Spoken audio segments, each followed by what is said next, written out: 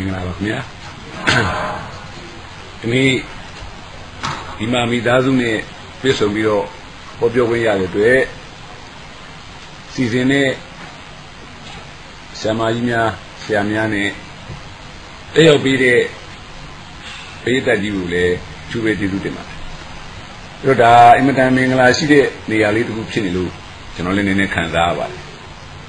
At the move one jump you are into do Genoa Pinya Dinin the moon jump you get the loop Timaga Jamayi the moon jump you ha General Mingla Diarema, Mimia so Mingla Diari Pede, General Kanyuba. And a good layer, one lay warrior. You labor in the Anuma, General Bioginara,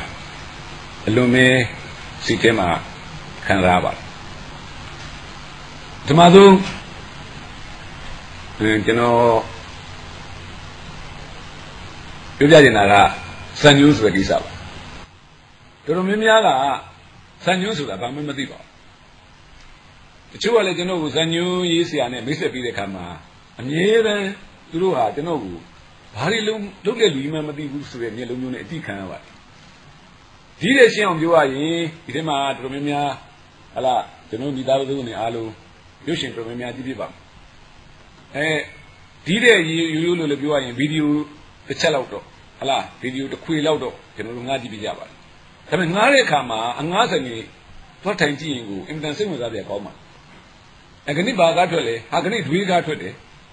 Agani Moscatode, Agani Kansi Ducatode. You are in Hasagan Name Mamadiva. Any name had the EMGva. Through a number deep in Yamatansi, Mina, number deep Shibai. Hello, a good Lolo the Bion Mele, can it? People today, Dwiga Jibila. People today, Lumoga Jibila, having me valley. Say, Gons in Mamadi. Tell General Maro, I Gons in the Kuya on the Kaljan, I'll be Dikea. Tell me, but you got a Gons in Bamadiva. Hello, Tika Drua, Mina would keep it all. Yushimu, Mina would come up to Yushimi, Jiba. You are Yushim Neumesule, Feminare. Dudiazin, Femin the Mile. Minadin to ye, Dudia. Minmu, Yuba. I never saw Genova using the Carcatino using the Nero, you know, using the Lugachiba. I don't know using Logama. Who you know what? The Luria, the Lubecanagana, Yucamari. Teacher, Allah, Pejon Demale, you know, Yucamari. Hobby, the Bejonga, English are doing, you know, Calidisi, English are you, they use their government. The Bejonga, a grandma downy. Have you made? That's my Hasama, think of move. Where should you? Who were Jonah? That's so gone. Time, Grandma, think of move. Who will touch you? Tell you, how were Jonah? That's the gone. Grandma, they gone. Time, Mahia. Hello. But do you use one at the time? That the game of Calidi, 6 came out through you say that. Hello, General, who using Jimmy for the damage you take up Mina. Mina didn't do him, Minamia to be, and Minima. Minna might be. The Mina, Minmio doing the same alone. And I don't mean a neighbor body. I mean, Eda, a nation or Sheila, Eda Banso. Take up a dule, Suda. Tane Jimbo. But the Jarisagaro, San Yuma dule, Suda, but you know Majiba. I don't know Yama, Hang, I don't know San Yuis, Yajive, Alama Dima, West Kadi, Nabueva. Vijaro, San Yusin, Nikumadiva. Hello, General Dimalebe, you know, but you might material than ever you use the Yojabasu.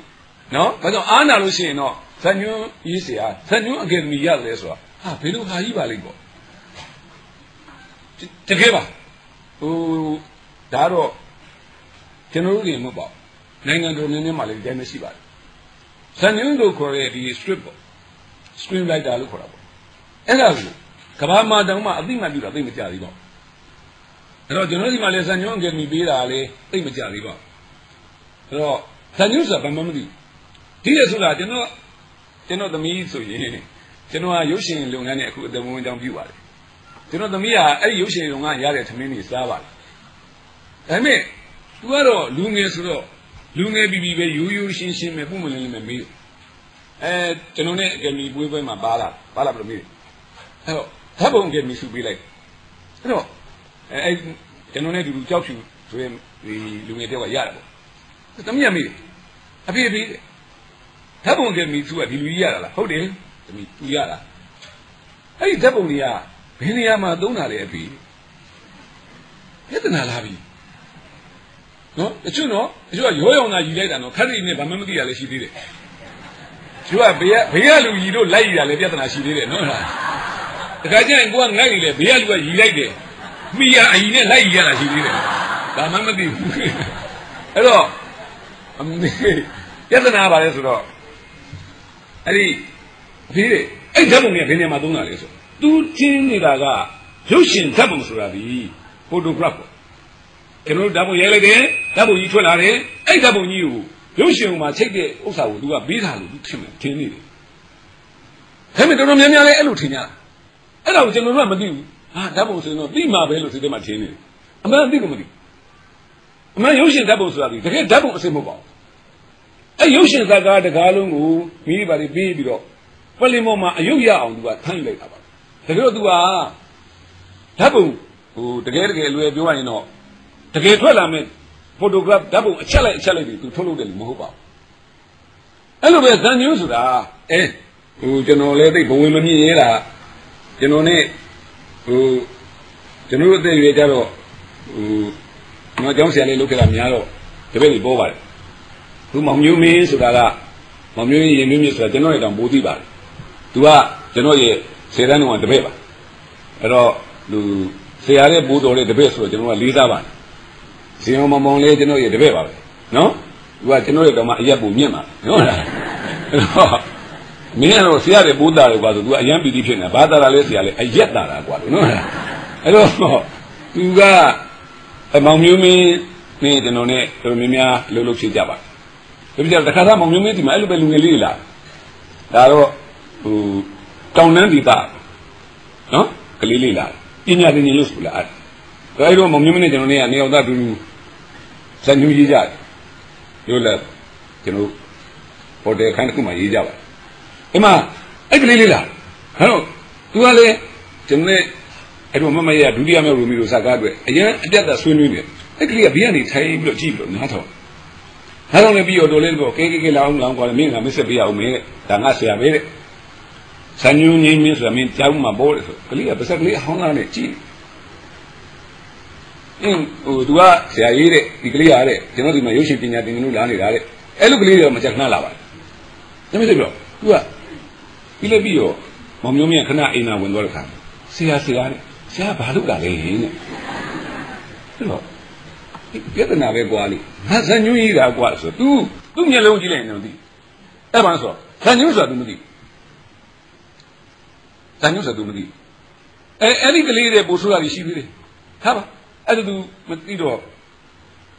ကျွန်တော်လည်းထိုင်ပြီးတော့ရီးနေတာမောင်မျိုးမြတ်လည်းထွက်လာတော့ဆရာတဲ့ဒီကောင်ဇန်ညူးဆိုတာမသိဘူးမလားတဲ့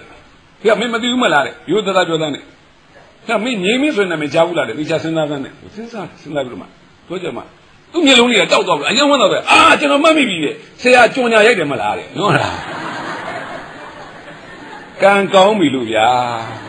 မောရိယမန်းသေးကြုံညာတစ်ခုရိုက်မိပြီလို့မရိုက်မိရင်ကျွန်တော်ခံရမယ်နော်လားမိုးကျွပစ္စည်းဒါလည်းကျွန်တော်အမျိုးသမီးရဲ့အမျိုးတွေကခိုင်းလို့ရိုက်မိတာနော်လားကံကောင်းပြီလို့အဲ့တော့သူနာကအဲ့မှာကျွန်တော်အရင်ဝန်းသာသွားတယ်ဘာလို့ဆိုတော့ကြုံညာရိုက်မှာကိုလူသိတာဟုတ်အဲ့ဒီမှာမမရမြေမိုးအောင်ဆိုရဲတေးရေးဆရာပေါ့ကျွန်တော်နဲ့ခင်မဲလူရောက်လာဟာတဲ့ကျွန်တော်ကလည်းအဖြစ်ပြကိုပြောပြတာပေါ့ဟာကွာရုပ်ရှင်ဇာတ်ညွှန်းတွေရေးလိုက်ရတာလို့ငါရေးတဲ့ဇာတ်ညွှန်းတွေလည်းတော်တော်များများစုလည်းရကြတယ်အရန်ဝမ်းသာတာပဲလို့ဒါပေမဲ့ဒီကလေးနဲ့တွေ့မှငါလည်းခံရတာပဲဘာလို့ तू ကအဲ့ဇာတ်ညွှန်းတွေကိုတခုမှမသိဘူးလို့ तू သိတာကကြောညာဒရိုက်တာပဲလို့နော်အဲ့တော့မှ तू ကဟာဆရာတဲ့မပူနဲ့တဲ့ကျွန်တော်နဲ့ဆရာနဲ့အဖော်ရပြီဟာမြင်မိုးအောင်မသိလို့ကျွန်တော်ကလည်းထူးရင်ပင်ရဲ့အခွေကိုတစ်ခွေလုံးရေးလာခဲ့တာတဲ့၄ခွေမြောက်ထီတဲ့ကျွန်တော်အများကြီးရေးတာတဲ့အဲ့လိုမသိဘူးတဲ့ဒါပေမဲ့လေတဲ့ရွှေပစုံကြောညာမှာကျွန်တော်အောင်မြင်နေတယ်နော်လားကျွန်တော်ကလေးတွေကရွှေပစုံရေးတဲ့ဆရာကြီးဆိုအယံဝမ်းသာတာပဲတဲ့နော်လားဆိုချင်တာကတခါကြရင်ပေါ့ကျွန်တော်တို့မှာကြောညာဆွဲကိစ္စလေတို့ကြောက်ဆရာကောင်းတယ်ကိစ္စကျွန်တော်ကိုယ်တိုင်ကြောညာလေးရိုက်နေမယ်တကယ်ကြောညာရဲ့ sense ပေါ့ကြောညာရဲ့အနှစ်သာရတလွဲတွေဖြစ်နေ နော်ကျွန်တော်ကအခုကကျွန်တော်ကရှန်တိန်ပေါ့လေမိဘတွေကဇလန်းကိုကြည့်ဇလန်းကြည့်လို့ခဏလေးနားလိုက်ကောအပြင်ထွက်ပြီးတော့ရေချိုးဓမင်းစားလုပ်တယ်လို့အဲ့ချိန်မှာကလေးတွေကကြောညာကိုကြည့်နော်အလက်ကျ DB system သွားကြတာဟုတ်အဲ့တော့ကလေးတွေကလည်းအကြောညာဆိုရင်တော့အသေးပဲသူတို့ကဇလန်းဆိုရင်အပြင်မှာဆော့ကစားနေကြောညာလာပြေးဆိုဝိဆိုပြေးပြီးတော့ DBC မှာတို့ကနေရာယူရတယ်အဲ့တော့ကြောညာလည်းတို့ကြောက်เสียကောင်းတယ်အခါကျရင်တချို့ကြောညာတွေကျွန်တော်တို့မကြည့်နိုင်ဘူးတချို့ကြောညာတွေကျွန်တော်နားမလဲအထူးသဖြင့်အဲ့ဒီတဲ့မဟုတ်လို့ဘာလို့ကြောညာဆိုရင်ကျွန်တော်သူနဲ့တွေ့ကျွန်တော်သူနဲ့ရိုက်ပါတယ်ဒါပေမဲ့ကျွန်တော်နားမလဲသူအကောင်းဆုံးခောက်ဆွဲလေးဆိုပြီးတော့အင်ကြီးလက်ပြရတယ်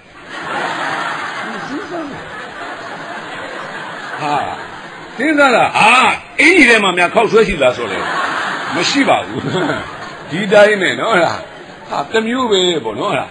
အဲ့လိုနဲ့ကြောညာကတော်တော်မော်ဒန်ကြတယ်တစ်လိုက်လားပေါ့နော်အင်ကြီးဆွဲလက်ပြရင်နဲ့ခောက်ဆွဲကြည့်ရတယ်ပေါ့လေနော်တမျိုးပဲပေါ့နော်အဲ့လိုနဲ့ကြီးကြီးနဲ့ဒီတွေပို့ဆိုးတယ်ဗျာနောက်ကတယောက်တည်းမှုတော့သုံးယောက်လောက်ဝင်လာပြီးတော့ခုရှင်ဆိုပြီးတော့ဘာတွေပြမှန်းမသိဘူးနော်စဉ်းစားကြည့်တယ်ကတော့ပါရဲ့ဗျာသူတို့ကဖင်ပြနေတာဗျာတင်ပြတယ်ဆိုတော့သူတို့မှစစ်တာနော်အဲ့တော့ခုရှင်ဆိုတော့ခုရှင်ကဘာမှမသိဘူးဖြစ်နေတယ်သူတို့ပြဿနာတက်တယ်နော်အဲ့တော့ဦးစိုးကျင်နာကသူဘာပြောနေတာလဲပြောနေတဲ့ဥစ္စာကိုနားထောင်ကြည့်ရင်ပြောနေတာနဲ့ပိတ်သက်သိသွားတယ်တခြားစီဖြစ်တယ်အဆန်ညွှန်းဆိုတာပြောနေတာတမျိုးပဲနော်တော်တော်များများပါပဲခါကျရင်ကျွန်တော်တို့ကဖြစ်စေချင်တာတမျိုးသူကခါလေးဟိုလူမိုးဆိုရင်ဟလားဒူးဝင်ပါတာဆိုပစ္စည်းကောင်းလေးရထားတယ်သူအဲ့တိုင်းလောက်ကတွင်သွားတယ်အားလုံးကမှတ်ထားတယ်ပစ္စည်းကောင်းလေးရထားတယ်ပြဿနာဘယ်မှာပြဿနာတက်တယ်မှတ်နေလို့ကံတော်ကြီးထဲမှာလွတ်လွတ်လပ်နှစ်ယောက်သားတွေ့နေနောက်ကနေဝင်ပြီးတော့ကလေးရပစ္စည်းကောင်းလေးရထားတယ်ပြဿနာတမျိုးပဲနော်အဲ့တော့သူတို့စိတ်ထဲမှာဒူဝင်အင်ပါတာမရှိဘူးပစ္စည်းကောင်းလေးရထားတယ်ပဲရှိတယ်အဲ့တော့ဒူဝင်အင်ပါတာကြောညာတဲ့လူကဘယ်လောက်ရှုံးတယ်လို့ကျွန်တော်ပြောနေတာနော်အဲ့ဒါသူတို့ကတော့ဒါကြောညာတော့သူကအသုံးတွင်ပြီးတာပဲဆိုလို့ချတယ်ဟလားကျွန်တော်တို့ဆိုရင်တချို့တွေနည်းနည်းလန့်အဲ့ဇာစာနေဝင်ကျွန်တော်အင်မတန်ချစ်ပါတယ်ဒီတိုင်းအင်မတန်ခင်ပါတယ်နော်ဒါပေမဲ့သူ့ကိုကျွန်တော်ကြည့်ပြီးရင်ငါမင်းကိုကြည့်တဲ့အခါတိုင်းမှာကွာလို့နောက်မွေးလာမဲ့ကလေးတွေဘယ်လိုစကားပြောမလဲဆိုတာလန့်ရဲကွာသူကဒီနဲ့ရိုးပဲဘာမှမဖြစ်ဘူးနော်ဘာဖြစ်လို့လဲဆရာလေဘာလို့ဆိုမင်းစဉ်းစားကြည့်လို့မင်း TV ကခဏခဏလာတာငါမြည်ရလို့မင်းဘေးပြမတတ်ဘူးနော်လို့ဟုတ်လား Okay သွားတော့တယ်ဒါပဲတတ်တာလို့အဲ့တော့မင်းဘာပဲဖြစ်ဖြစ်သူကတခုပြဿနာတက်လိုက်ရင် Okay သွားတော့တယ်ဆိုတော့ဒါဗမာစကားပြောနေတော့မဟုတ်နိုင်ဘူးကွာလို့မင်းကတမျိုးပဲလို့နော်အဲ့တော့ဘာပြောနေတာလဲဆိုတော့တကယ်ပြောရမယ်အဓိကအချက်ကတမျိုးနော်တကယ်ကျရင်အခုနောက်ဆုံးပြဿနာတော့ဘာလို့ဆိုတော့အဲ့ရိုင်ရဲစပြာဆိုပြီးတော့ထုံးနေတာပေါ့သူ့ပဒထဲကိုစပြာကပြစ်ထည့်လိုက်တယ်နော်အဲ့ကလေးကအခုစပြာဝဲဝဲလိုက်ဆိုရင်ရိုင်ရဲစပြာဘာသာထည့်တယ်ဗျာပြဿနာအဲ့ဒါအဲ့တော့ဆိုခြင်းတဲ့ချက်ကဒီကျိုးညာရဒါလည်းအပ်ပဲဒါလည်းအမှုပညာပဲအဲ့ဒီအမှုပညာဟာတခါကြရင်လမ်းလွဲသွားတဲ့ပြင်နဲ့နောက်ကလိုက်ရတဲ့လူအားလုံးကလွဲသွားတာမျိုးပြောပြရတယ်အဲ့တော့စံညုံဆိုတဲ့ကိစ္စဟာဒီနေရာမှာအရေးကြီးတဲ့အကိစ္စတစ်ခုဖြစ်လာတယ်နော်ကျွန်တော်တို့အဲ့ဒီကျိုးညာတွေကဲအားလုံးကြည့်ကြတာအားလုံးသဘောကျကြတာနော်ကျွန်တော်လည်းကျိုးညာရိုက်တာဒါပေမဲ့ပြန်စဉ်းစားကြည့်လိုက်အဲ့မှာခင်ဗျားကိုဆက်ပြကြုံညာတွေခင်ဗျားအကုန်ကြည့်ပြီးပြီခင်ဗျားဆက်ပြကဲဝေစမ်းမှာဗျာလို့ခင်ဗျားကိုခိုင်းလိုက်ပြီဆိုရင်ခင်ဗျားဘယ်ဆက်ပြဝင်မလဲအဲ့ဒါဒီပြင်တကယ်ကြုံညာရဲ့ဆက်ခင်ဗျားဆက်ပြဟာသုံးလက်ချင်းအားဖြင့်ဘာ effect တွေဖြစ်သွားသလဲဘာအကျိုးတွေဖြစ်လာနိုင်မလဲဘာအပြစ်တွေကိုရှောင်သွားနိုင်မလဲအပြစ်တွေကိုရှောင်ပြီးတော့အကျိုးတွေကိုဆောင်နေနေရဘယ်နေရာလဲဆိုတာကိုထုတ်ရိုက်ပြတဲ့ကျုံညာမရှိဘူးဆိုရင်အဲ့ကျုံညာလွဲနေပေါ့ဆိုရင်လည်းချက်ကကျွန်တော်ခက်တဲ့တို့ຢာတာတို့ကလည်း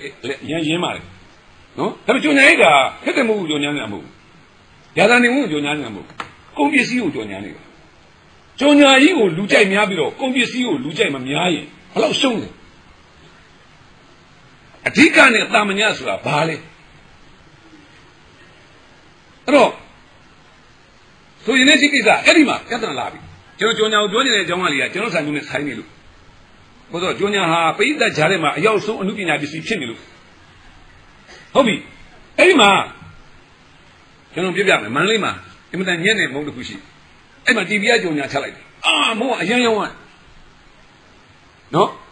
ပထမတန်းစားမုံသူ့မမီဘူးရောင်းအားဒုတိယတန်းစားမုံသူ့မမီဘူးရောင်းအားသူကတကယ်တော့တတိယတန်းစားလောက်ပဲရှိဒါပေမဲ့အဲ့ကြောညာကိုကြည့်ပြီးတော့ तू ကအရန်ရောင်းอ่ะဒါတခုနော်နောက်တစ်ခုဖက်နဲ့တခုကြောညာလိုက်ဘာသူမှဖက်နဲ့ကမကြောညာသေးဘူးပတ်စံအရန်ကုန်ခံပြီးတော့ तू ကကြောညာချလိုက်အဲ့ဒီတကယ်တော့ तू ဖက်နဲ့ quality ကအရန်ညံ့ကျန်တဲ့လူတွေကငါ quality ကသိကောင်းတာပဲလို့ယူဆပြီးတော့ तू ကမကြောညာဘူးငါတို့ဖက်နဲ့ကစီးကျင်ခိုင်းနေနော်ပိဿက်ကလေးဒီအမှတ်စိတ်ကိုမှတ်မိနေပြီငါတို့လည်းပဲဟလားပိဿက်လူချင်းတော့လေဒီထုတ်လို့တော့လေရောင်းချနေရတာဖြစ်တယ်ဒါကြောင့်ကြောညာစရာမလိုဘူးလို့ तू ကနေတယ်တစ်ဖက်ကလူကသူ့ပစ္စည်းကသိညံ့အဲ့ညံ့တာကိုကြောညာနဲ့ပေါင်းလိုက်တော့ပြီးပြီဆို तू ကြောညာချလိုက်တယ်သူမျောလေးတဲ့အတိုင်းပဲပိဿက်ကလည်းဟာထက်တဲ့မူးစီးတဲ့ဖက်နဲ့ဘာမှမသိဘူးနော်ကျွန်တော်တို့မြန်မာပိဿက်ကဘယ်လောက်ယူသားပြီးတော့ဘယ်လောက်အားနေလဲဆိုတယ်ရိုးရိုးပဲပြောကြပါသူနော်ကျွန်တော်တို့ကိုအားတာပဲကိုရိုးရိုးပဲဝန်ခံလိုက်ကြအောင်ဘာဖြစ်လဲယူသားတာရတာရှိပါတယ်အဲ့တော့အဲ့ဒီဖက်နဲ့အဲ့ဒီမှာဘာပြဿနာလဲလို့ဆိုဒီဘက်က quality သမားကမကျွညာဘူးမကျွညာတော့ तू ကဒီဘက်ကပစ္စည်းကတအားရောင်းနေရပြီအဲ့တော့ဒီဘက်လူတွေမဟုတ်ဘူးအဲ့ဒီပစ္စည်းကိုယူရောင်းနေစိတ်ချတဲ့ကိုယ်တည်းဆိုင်နေရကွာခင်ဗျားတို့ကြောညာပါအောင်ဟိုမှာမကောင်းတဲ့ပစ္စည်းကကြောညာလိုက်တော့ပိဿက်ကကျမတို့ဆိုင်ကိုလာမင်းရင်အဲ့ဒီပစ္စည်းပဲမင်းနေတယ်ဆိုတော့ဒီဘက်ကလူကလည်းကြောညာရတော့ကြောညာရင် तू ကဘာပြဿနာတက်မလို့ဆိုတော့ तू ကသူ့ပစ္စည်းထဲမှာအရင်အနည်းတွေကောင်းကောင်းနဲ့ပစ္စည်းကိုကောင်းကောင်းလုပ်ပေးထားပြီးအတွက်ကြောင့် तू ကတကယ်တော့မကြောညာတာသူ့ရဲ့စိတ်သူ့ရဲ့စေတနာကိုပစ္စည်းထဲမှာထည့်ပေးထားတယ်ဟိုဘက်ကလူပစ္စည်းထဲမှာစေတနာမပါဘူးကြောညာနဲ့အုပ်ထည့်လိုက်တယ်ကြည့်တော့ကြောညာရဲ့အန္တရာယ်ကိုကျွန်တော်ပြောပြတယ်ဒါခင်ဗျားတို့ကုမ္ပဏီပိုင်ရှင်ဖြစ်ပြီဘယ်နေရာမှာနေမလဲဆိုတော့စဉ်းစားကြရဖြစ်လာတဏှာလည်းဘယ်တော့မှမနေပါနဲ့ကြောညာကိုကြည့်တဲ့လူနေရာနဲ့မနေပါနဲ့ကြောညာဒီကုန်ပစ္စည်းသာခင်ဗျားပိုင်မယ်ဆိုရင်ခင်ဗျားဘယ်လိုကြောညာမလဲပရိသတ်ကိုခင်ဗျားဘာပေးမလဲပရိသတ်ကြီးကခင်ဗျားဘာလိုချင်တယ်လဲဒါကျွန်တော်ထင်စားအဲ့တော့ခင်ဗျားတို့ကျွန်တော်တို့ဒီလောကမှာဘယ်နေရာဖြစ်ဖြစ်အားလုံးကအတူတူပါပဲအဲ့တော့ဒီခုနကဖက်နဲ့ quality သိကောင်းတဲ့လူကဘာဖြစ်ရတော့ဆိုရင်သူကဘာရှင်းညာလဲကဲဒီလိုဆိုရင်မင်းတို့ဆိုင်နေအားလုံးအခုဒီကုန်ပစ္စည်းကိုကျန်တော့ယူထားကြဘာလို့လဲငါမကြခဲ့သေးတယ်စပေါ်တယ်ဘာလို့သေးတယ်မှာမင်းတို့ပြောတဲ့အတိုင်းပဲငါကြုံညာမှာကြုံညာရင်အဲ့ကြုံညာသေးကိုတင်ရမှာဒါကြောင့်အမြန်ယူထားပါပြီးပြီပြီးတော့သူ့ခင်ဗျာမှာလိုက်ကြုံညာအားကြုံညာလိုက်ကိုဘာဖြစ်လာလဲဆိုတော့ထုံးတဲ့အတိုင်းပဲပစ္စည်းကဈေးတက်တော့တကယ်ခံရတာဘယ်လိုဆိုရင်ခုနကစားသုံးလူသားလေးလို့ခလာရောက်အဲ့တော့ကြုံညာရဲ့ကောင်းခြင်းကြုံညာရဲ့ဆိုရင်တရားတော့အကောင်းအဆိုးအကျိုးအကြောင်းဒီနေရာမှာမဆိုရှိတာကြီးပါအဲ့တော့ဟုတ်ပြီကျွန်တော်ပြောချင်တဲ့အချက်ကကြုံညာသည်ကုန်ပစ္စည်းရဲ့အနှစ်သာရကိုဘယ်လောက်ထုတ်ပြနိုင်မလဲနော်ထုတ်ပြနိုင်ပြီကာလပါလို့ခုနကကျွန်တော်ပြောတဲ့စကားလေးပါပြန်ချုပ်ရရင်ကြောညာကြီးကိုလူကြိုက်ပြီးတော့ကုန်ပစ္စည်းကိုလူမကြိုက်ကြောညာကရှင်းတာဟာအဲ့တော့ကြောညာကြီးကြောညာနဲ့တူရမလို့ဆိုရင်ဗျာကျွန်တော်တို့မှာဟလားစကားတွေရှိပါလေမျိုးသေးစကားပြောရင်ရီးစားစကားပြောတာရီးစားစကားနဲ့တူရတယ်ဓမြတိုက်တာဓမြတိုက်နဲ့တူရတယ်အဲဓမြတိုက်တာကိုလည်းရီးစားစကားလို့ပြောလို့မရဘူးရီးစားစကားပြောတာကိုလည်းဓမြတိုက်လို့ပြောလို့မရဘူးသူ့နေရာနဲ့တူပဲရှင်းတယ်နော်အဲ့ဒါဓမြတိုက်ပါမယ်ဆိုမှစဉ်းစားကြည့်ပါလားခင်ဗျဓမြတိုက်မယ်ဓမ္မအိုးမြစ်တာဘောနဲ့ချစ်စွာသောအင်ရှင်လေးရေဓမြမြစ်တာဘောနဲ့ချစ်စွာသောအင်ရှင်လေးရေဂယုဏတော်လေးကိုဖွင့်လိုက်စမ်းပါမဖွင့်ဘူးလားမဖွင့်တော့ဟောဒီတနတ်ထဲမှာမဟုတ်ရတနတ်ထဲမှာလीကြီးစံခဲတောင်လေးရှိတယ်မင်းအတင်းလုံးလေးကိုလက်ဆောင်ပို့လိုက်မယ်နော်စဉ်းစားကြည့်တယ်မှာအဲ့လိုဓမြမျိုးမရှိဘူးဗျမဟုတ်ကျွန်တော်ပြောနေတာကဲစကလုံးတွေကိုလှပအောင်ကြိုးစားပြီးတော့ပြောရမယ်ဆိုရင်ဓမြလည်းအဲ့လိုကြိုးစားပြောမှာပေါ့ ဒီရတကားစကလုံးလာပြမလို့သူ့နေနဲ့သူအဲ့လိုပဲဟလားအဲ့လိုဓမြဟာဒီသားစကားလို့ပြောလို့ဒီသားစကားလည်းဓမြတဲ့သူပြောလို့မရဘူးသူ့နေရာလွဲလို့မရဒီသားစကားပြောတော့တော့အေးလူလိုပြောနေတယ်ပါတဲ့ညစ်တာတွေကုန်ထုတ်စမ်းညစ်တာမရဘူးဖက်နဲ့မရမယ်ဒါဆိုတော့မရဘူးသူ့နေရာနဲ့သူပဲ၄တန်းအဲ့ဒါဒီကျွန်တော်တို့ပါလဲဆိုတော့ဟို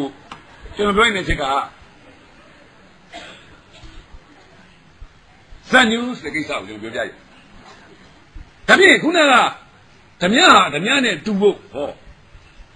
ဒီသားစကားပြောတဲ့လူကဒီသားစကားပြောတဲ့လူနဲ့တူဖို့ဘာလို့မှတာဝန်ရှိတာလဲဆိုတော့ပထမတာဝန်ရှိတာဇန်ညူးဖြစ်တယ်ဒုတိယတာဝန်ရှိတာဒရိုက်တာအဲ့တော့ဇန်ညူးနဲ့ဒရိုက်တာဟာတကယ်လို့လင်မယားပဲဇန်ညူးဆိုပါလေဆက်ရင်ညွှန်းရင်ပေါက်တာဒါလို့ရှင်းပါလေဗမာစကားနော်ဒီဗမာစကားတွေကခါကြောက်ကြောက်เสียကောင်းတယ်ဗျနော်သူကစလုံးတစ်လုံးစီမှာအိဗယ်တစ်ခုစီရှိတယ်အဲ့တော့သူကတို့တော်လေအဲ့စလုံးတွေကကျွတ်ဖြစ်ရှင်းလို့ရတယ်ကျွတ်ဖြစ်ရှင်းလို့မရဘူးနော်ဘယ်တော့ပဲဗမာဆိုင်နေမှပြောဗမာဆိုင်လို့မရတာကြီးအများကြီးရှိတယ်ကျွန်တော်မြန်မာစာနဲ့သမင်းစားခဲ့တာနေ့ပေါင်းများသွားပဲဗမာသိဆိုင်တဲ့စကလုံးတွေပဲကြိုက်ဒါပေမဲ့ကျွန်တော်တို့ဗမာကတကယ်ပြောရရင်ပစ္စည်းတည်ပြုံမှုမှာတိတ်နောက်ကြနောက်ကြတော့သူများစီကပစ္စည်းကျွန်တော်ကသုံးရတဲ့အခါတိုင်းကျွန်တော်တို့ကသူများပစ္စည်းကိုသုံးရသူတွေ့ရစကလုံးတွေကလည်းသူများပစ္စည်းကိုပဲငွေစားပြီးတော့ကျွန်တော်တို့ကပြောရတယ်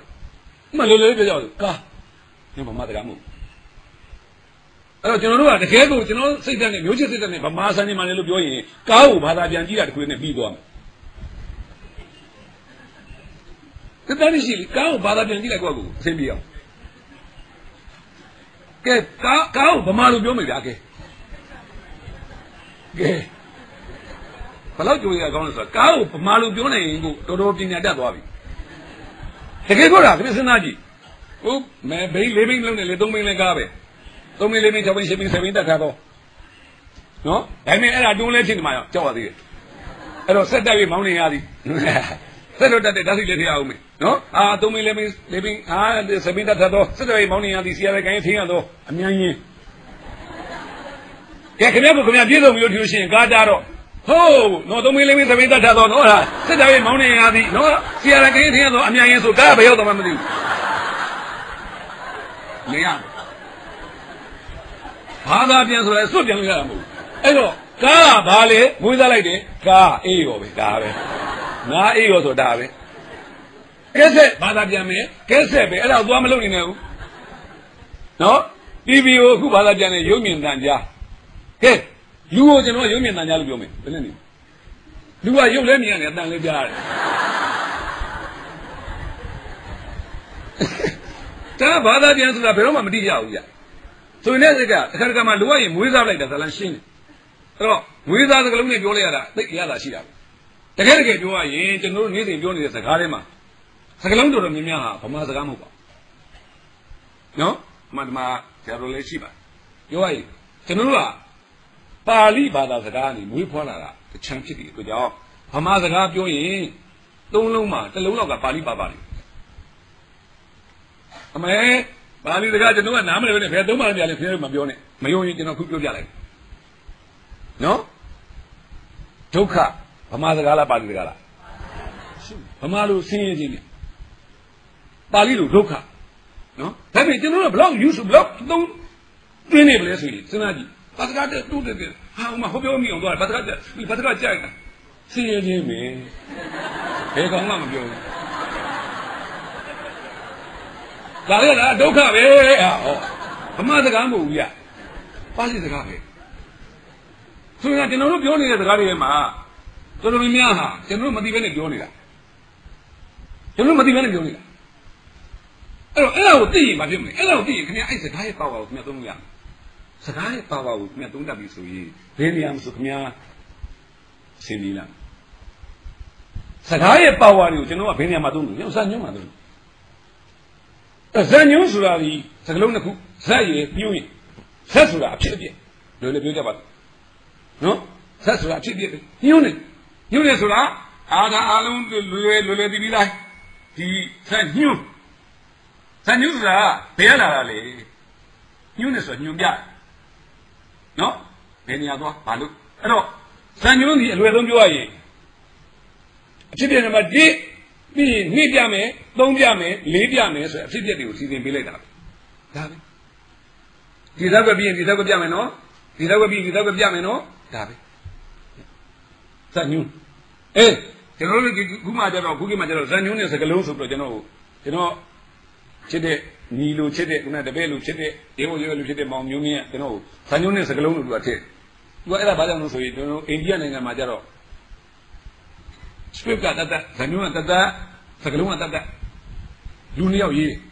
ဗမာပြည်မှာတော့ဒီအတိုင်းပဲစုံလို့ဒီဥကျင်းနေပဲအားလုံးကတော့ကျွန်တော်တို့ကအားလုံးပေါင်းရိုးပါဒိုင်တာလည်း9မျိုးလောက်လုပ်ရတယ်ဇာညွှန်းဆရာလည်း4မျိုးလောက်ပေါင်းလုပ်ရတယ်ဒါမှအဆင်ပြေအဲ့တော့ကျွန်တော်ကဘာတောင်းလို့ပြောဆိုခုနစကလုံးတောင်းတယ်ကျွန်တော်တောင်းအဲ့တော့ဒီမှာဒီထဲမှာအဖိုးကြီးစကားပြောမှလားကျွန်တော်ပဲရေးမယ်နော်ညီလေးစကားပြောမှလားကျွန်တော်ပဲမင်းသားကဖီးတက်နေလားကျွန်တော်ပဲမင်းသမီးကအဲ့ဖီးတက်တာကိုသဘောကျနေလားကျွန်တော်ပဲအဲ့တော့ဇာညွှန်းဒီဇာလန်းရဲ့အစီအစဉ်တွေကိုပြောပြဖို့အတွက်ဇာလန်းရဲ့အစီအစဉ်အတိုင်းစကလုံးတွေကိုနေရာဒေသတွေကိုညှိုးဖွဲ့ထားတဲ့စာရွက်ပေါ်ကအရာသူကပလင်မောင်မရောက်သေးဘူးအဲ့ဒီစာရွက်ပေါ်ကအရာကိုပလင်မော်ရောက်အောင်လုပ်တာဒီဒါရိုက်တာပဲဒါရှင်းအဲ့တော့တကယ်ကဇာညွှန်းဆိုတာစကေတန်ပေါ့လူရဲ့အယူစုနောက်တွေးကြည့်လေဟုတ်လားဒါဒီမှာကြာရင်ကျမ်းမာရေးဘုသူတာပဲအများကြီးရှိနေကြပြီအယူစုပေါ်မှာကျွန်တော်အသားလေးကတ်ထားတာဘယ်လိုကြီးကျွန်တော်ခန္ဓာကိုယ်ရဲ့အယူစုကိုဆွဲကြည့်လိုက်အသားတွေကသူ့နေရာနဲ့သူတော်မှမနေနိုင်တော့ဟုတ်ပြီဒါဆိုရင်ဇာညွှန်းဆိုတာဒီပုံမှာမူတည်ပြီးကျွန်တော်ဇာကာကြီးတစ်ခုလုံးဖွဲ့အဲ့ဇာညွှန်းဆိုတာမရှိဇာကာကြီးဘယ်လိုမှကြည့်မကောင်းနဲ့နော်အဲ့တော့ဒီဇာညွှန်းဆိုတာတိပြဖို့တယ်ဘာလို့လဲဆိုဇာလန်းလိုပါတယ်အဲ့ဇာလန်းဟာဘယ်သူတွေပါမလဲဇက်ဆောင်တွေပါအဲ့တော့ဇာလန်းဆိုတာဘာလဲဆိုဇာလန်းဆိုတာအလွယ်လုံးပြောရရင်ဇက်ဆောင်နဲ့ပြဿနာနဲ့ထိတွေ့မှုကဇက်လန်းတယ်လည်းပြောရင်များဟုတ်လားကျွန်တော်တို့ပြဿနာရှိရင်ဇက်လန်းရှိပြဿနာမရှိရင်ဇက်လန်းမရှိလူဟာလေကိုယ်တိုင်ကပြဿနာမဖြစ်ချင်တာပြဿနာကိုအလုံးအရသာခံနေတာပဲတကယ်ပါကျွန်တော်တို့ခင်ဗျားတို့သိကြိုက်တဲ့ဇက်ကားတွေအကုန်ဆုံးကြည့်လိုက်အဲ့ဒါတွေကပြဿနာတွေကြီးပဲကဲကျွန်တော်ဇက်လန်းတစ်ခုပြောပြမယ်မြောက်စိတ်ထဲမှာစိတ်ကူးကြည့်လိုက်နော်ဇက်ကားနာမည်ကအရှင်းပြေပြီဇက်လန်းတူလေးငါကောင်မလေးတယောက်လမ်းလျှောက်လာတယ်ကောင်လေးတယောက်ကလည်းလမ်းလျှောက်လာတယ်တွေ့တယ်ကြောင်ကြောင်ပြုံးပြတယ်အရှင်းပြေတယ်အဲ့ဒီကောင်လေးကလိုက်စကားပြောတယ်ကောင်မလေးကလည်းလက်ခံလိုက်တယ်အရှင်းပြေတယ်အဲ့လိုနဲ့ကောင်မလေးကသူ့အိမ်ကိုပြန်ပြောတယ်သူ့အိမ်ကမိဘတွေကလည်းအရှင်းပြေတယ်ကောင်လေးကလည်းသူ့အိမ်ပြန်ပြောတယ်မိဘတွေကလည်းအရှင်းပြေတယ်အဲ့လိုနဲ့သူတို့နှစ်ယောက်လက်ထက်တယ်အရှင်းပြေတယ်ကဲအဲ့ဒီကရိုက်ပြမယ်ဗျာခင်ဗျားတို့စဉ်းစားကြည့်လားခင်ဗျားတို့အဆင်မပြေဘူးစကားတော့အဆင်ပြေတယ်ကွာငါတို့ကြည့်ရတာအဆင်မပြေဘူးတော်တော်ပြင်းတာခင်ဗျားတို့တော်တော်ပြင်းနေလို့တော်တော်အေးနေလို့စကားတွေကအဲ့ဒါတွေပဲကျွန်တော်သိကြတယ်ဆိုစကားမှတမန်ပြဿနာပဲပြဿနာကြီးလေခင်ဗျားတို့ကြိုက်လေပဲမလို့နဲ့တကယ်ပြဿနာကြီးလို့စကားသက်ကောင်းပြီပဲပြဿနာသိရင်စကားသိမကြိုက်ဟာလားကဘာမှာချတဲ့ဒီaction စကားတို့ကတော့တိုင်းကားတို့ဘာလို့ဆိုတာကြီးတဲ့ပြဿနာတော့မရှိတော့ဘူးတယောက်တည်းနဲ့လူ90နဲ့ခုတ်ထင်းတယ်ပါတာလိပါဒကံ9ယောက်ချဟာဝန်တယောက်ကခိုးအဲ့ဒီနာက20လောက်ဝင်ထည့်ပြန်အောင်အဲ့ဒါအကုန်လုံးအဲ့တော့ဆိုရင်ကတော့ကျွန်တော်တို့ကပြဿနာကိုသိတဲ့ပေါ်ကြတယ်နော်အဲ့တော့အဲ့ဒီပြဿနာကိုဇက်ကောင်နဲ့ထိတွေ့ပေးလိုက်တာကိုကာရက်တာလို့ခေါ်တာဇက်ရိုက်လို့ခေါ်တာဟုတ်ပြီဇက်ဆောင်ရှိအဲ့ဒီဇက်ဆောင်ဟာပြဿနာနဲ့ထိတွေ့ကျွန်တော်ဒါလေးပြောတာအကြောင်းရှိတယ်နော်မှန်ဆိုတကယ်တော့ကျွန်တော်လူဘွားကြီးကဇန်ညွှန်းကြီးဖြစ်တယ်တကယ်ပြောရရင်ဟိုပေါ့ဆရာမတို့ကပြီးဘဝရဲ့ဇန်ညွှန်းဆိုတာ management ကိုပြောတာ management ကိုပြောတာဒါအဲ့တော့ဘဝမှာဇန်ညွှန်းမရှိဘဲနဲ့ခင်ဗျာနေကြည့်ပါအကုန်ပြတ်သွားတာနော်ဘဝမှာဇန်ညွှန်းမရှိဘဲနဲ့နေကြည့်အကုန်ပြတ်တယ် အဲ့တော့ရုပ်ရှင်မှာဇန်ညုံးနဲ့ရဲရတယ်ဘဝမှာလည်းဇန်ညုံးနဲ့ချီတဲ့ရတယ်ဒါဖြင့်ခုနကဇန်ညုံးဆိုတာဒီဇလန်းကိုအခြေခံတယ်ဇလန်းဟာဘယ်ရလာသလဲဇက်ဆောင်နဲ့ပြဿနာရှိလို့မလားဟောဒီခမ်းမကြီးထဲမှာလူတယောက်မှမရှိပတ်စံအိမ်လေးတိတ်အလဲကောင်မှရှိပတ်စံအိမ်လေးတိတ်လူတယောက်မှမရှိဘူးအဲ့ဒီမှာမောင်မောင်ဆိုတဲ့ဇက်ဆောင်ကဝင်လာတယ်ဗျာဒါပြီမောင်မောင်ဟာပတ်စံအိမ်ကိုတွေ့ပြီဗျာနော်အဲ့ဒီချိန်မှာမောင်မောင်လုံးမဲ့အလုပ်ဒီမောင်မောင်ရဲ့ဇယိုက်ဖြစ်ပါတယ်မောင်မောင်ရဲ့ဇယိုက်ဖြစ်ပါတယ်အဲ့ဒါမောင်မောင်ရဲ့ခလိုက်တာပဲဘာလို့မှမသိလို့ဘာလို့မှမသိလို့သူဘာလို့မလဲအခုတမျိုးကလုပ်လို့ရတယ်အဲ့ကိုကြည့်လိုက်တယ်ဘေဘီပတ်ဝန်းကျင်ကြည့်ရတယ်ဟေးဘယ်သူမှမရှိလားဟိုမှာအဲ့တဲ့သူပြောလို့ရတယ်ဒါတနည်းပေါ့နောက်တနည်းသူလာတယ်ဘယ်သူမှမရှိဘူးကြည့်ရတယ်အဲ့ထပ်ကြည့်တယ်ဘယ်သူမှမရှိဘူးချောင်းဆိုးကြည့်တယ်ဘယ်သူမှထွက်မလာဘူး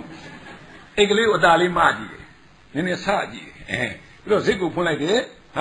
ပတ်စံတွေ့တယ်ပတ်စံထဲတယ်အိတ်ထဲတယ်ဇစ်ကိုပြန်ပိတ်တယ်အိတ်ကိုပြန်အမ်းချတယ်လေးလေးချုံပြီးပြန်ထွက်သွားတယ်ဒါလည်းလုပ်နေတာနော်ဒါလည်းလုပ်နေတာအဲ့တော့ဆိုရင်ကဇယိုက်ဆိုတာဒီအမျိုးမျိုးဖြစ်နေတယ်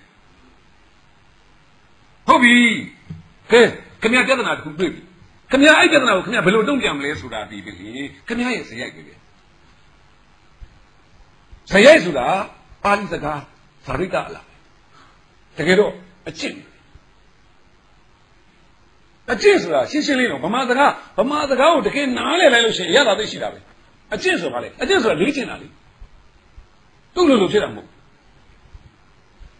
နော်ဘာဖြစ်ဖြစ်လေ့ကျင့်လို့ရတယ်နော်ဘာမဆိုလူကဖြစ်တယ်ဖယားတောင်လူကဖြစ်တယ်ဒါ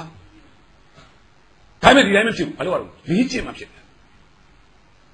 လောကမှာအံ့ဩစရာကောင်းတဲ့အောင်မြင်မှုတွေအံ့ဩစရာကောင်းတဲ့အရာတွေမှန်သမျှဟာနေ့စဉ်လေ့ကျင့်ခြင်းကဖြစ်သွားတာကြီးပဲဆက်ကဆဲမှာလူတယောက်ကကျူးလမ်းပေါ်မှာမိဘူးနေခုံခုံတက်သွားတာမလီအားလက်အံ့ဩစရာသိကောင်းတယ်ဒါမဲ့ तू ကအမေဝမ်းကပြုတ်ကလေးကချက်ချင်းခုံတတ်တာမဟုတ်ဘူး तू နေ့တိုင်းလေ့ကျင့်ရပါပထမကျူးလမ်းလေးပေါ်လျှောက်တတ်အောင်ဘုံဆိုပြစ်ကြတယ်နှစ်ခုပလာစာကတ်မယ်ပြန်ချီတဲ့မယ်ပလာစာပေါင်းများစွာကိုခွာပြီးဒိုင်ယာပေါင်းများစွာကိုဖြတ်တန်းပြီးမှ तू ဘာတန်ရာမှမရတဲ့ဘဝမျိုးသူရောက်တာအဲ့တော့အံ့ဩစရာကောင်းတဲ့အောင်မြင်မှုမှန်သမျှဟာနေ့တိုင်းလေ့ကျင့်ခြင်းကနေရသွားတယ်အဲ့တော့ကျွန်တော်တို့ကအံ့ဩစရာကောင်းတဲ့အောင်မြင်မှုကိုလိုချင်သလားလွယ်လွယ်လေးပါနေ့စဉ်လေ့ကျင့်တယ်အမေလွယ်လွယ်လေးပါလို့ကျွန်တော်ပြောလိုက်တာနော်တော့လောကမှာအလွယ်ဆုံးကပြောတာလေ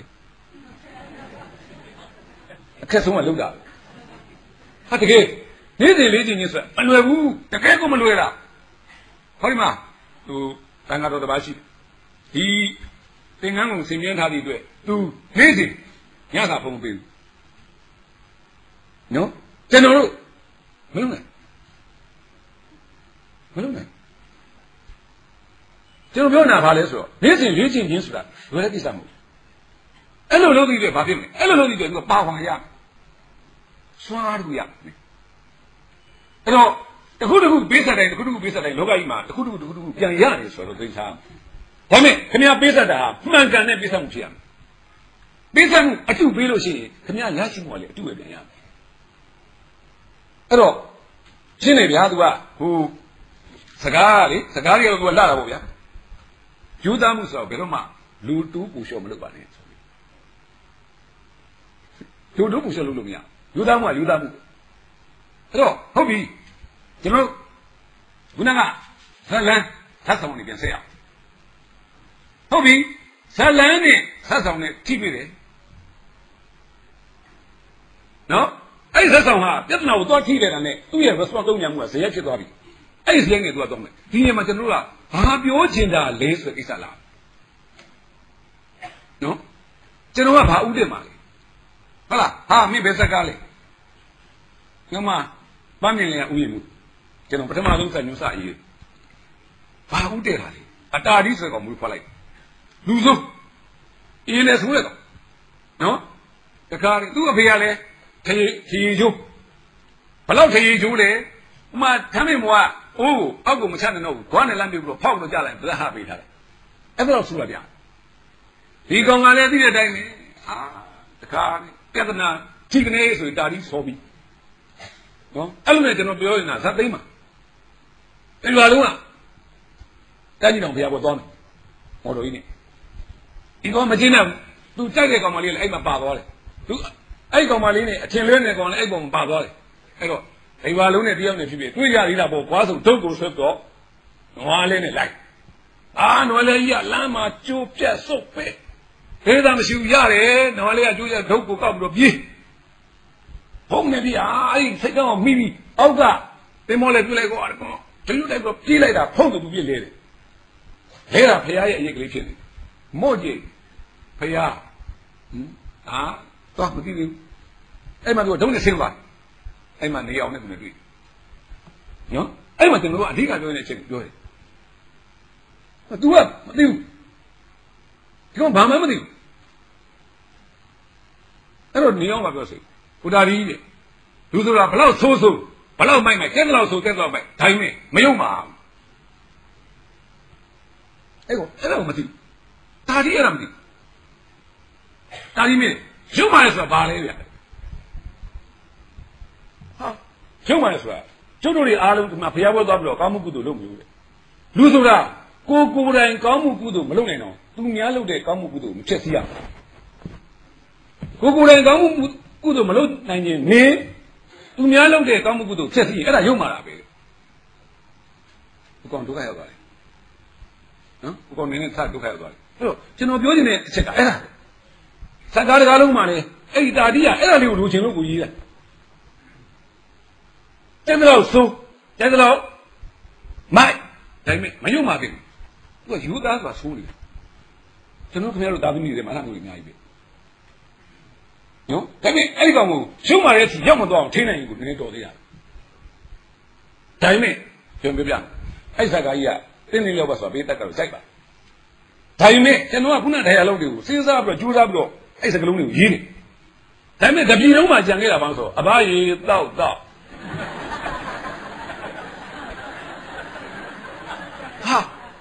အဲ့ဒါပဲကျွန်တော်ပေးတာနဲ့ပေးတာယူတာနဲ့တော့ပြောစရာကြီးပဲဒါကြောင့်ကျွန်တော်တို့ရုပ်ရှင်သားကားတွေအခုကျွန်တော်ကိုယ်တိုင်ရေးရသွင်းတို့ဒီအခုကျွန်တော်တို့ကားတွေရတယ်ဟိုမျက်နှာများတဲ့ကောင်းငင်လို့ပါဆိုကျွန်တော်တို့စမ်းသပ်ထားတာဒါပေမဲ့အဲ့စမ်းသပ်မှုတွေမှာဘာဖြစ်ကုန်လို့ဆိုတော့ကျွန်တော်ယုံထဲမှာတော့ကြည့်ရတယ်တခါကျရင်ကိုကပြစ်ထလိုက်တာနဲ့ပေးတက်ကနဲ့တလွဲကြီးပေးတက်ကမဆိုင်တဲ့ဥစ္စာတော့ယူရင်ယူနေတာဟိုကျွန်တော်ပြောနေကြစကားပါပဲဥဒဝကာကြီးလို့ပဲကျွန်တော်တပည့်ပြောဆိုပဲရွာဥဒဝကာကြီးနဲ့သိတူတာပဲနော်ဥဒဝကာကြီးကလည်း तू ကကာကြီးကအိုဟောင်းပြီးစုပ်ပြက်ကတ်တတ်နေပြီအဲ့ तू ကဖုံးရလွဲပြီးကျန်တာကြီးအကုန်မြည်နေတယ်တကယ်မြည်ရမှာဖုံးကမမြည်ဘူးကျန်တာကြီးတုံးခွန်းခွန်းပုတ်ကကုန်မြည်တယ်ဗျာနော်အဲ့ကျွန်တော်ကျောင်းသားတွေကိုပြောရတယ်မင်းတို့လေလို့မင်းတို့ကဥဒဝကာကြီးနဲ့သိတူတာပဲဖုံးရလွဲပြီးကျန်တာအကုန်မြည်တယ်လို့ဆရာဘာပြောနေတာလဲမင်းတို့ကောင်ကြီးကျွန်တော်စာပြီးလို့ရှိရင်ဒီလိုပဲပြောရှင်နေတဲ့ခါကျ तू ကသူစာလွဲပြီးကျန်တာတွေအကုန်မှတ်သွားတယ်ပြီးတော့နော်ဝါကျွန်တော်ကြောင်းလုံးကဦးမျိုးအောင်လို့တာဦးမျိုးအောင်သိရတာပဲဆိုငါလည်းကပငါဘောဖြစ်ရောပဲလို့နော်အဲ့တော့သူဘိသက်ကသူမှတ်ချင်တာမှတ်တာဗျ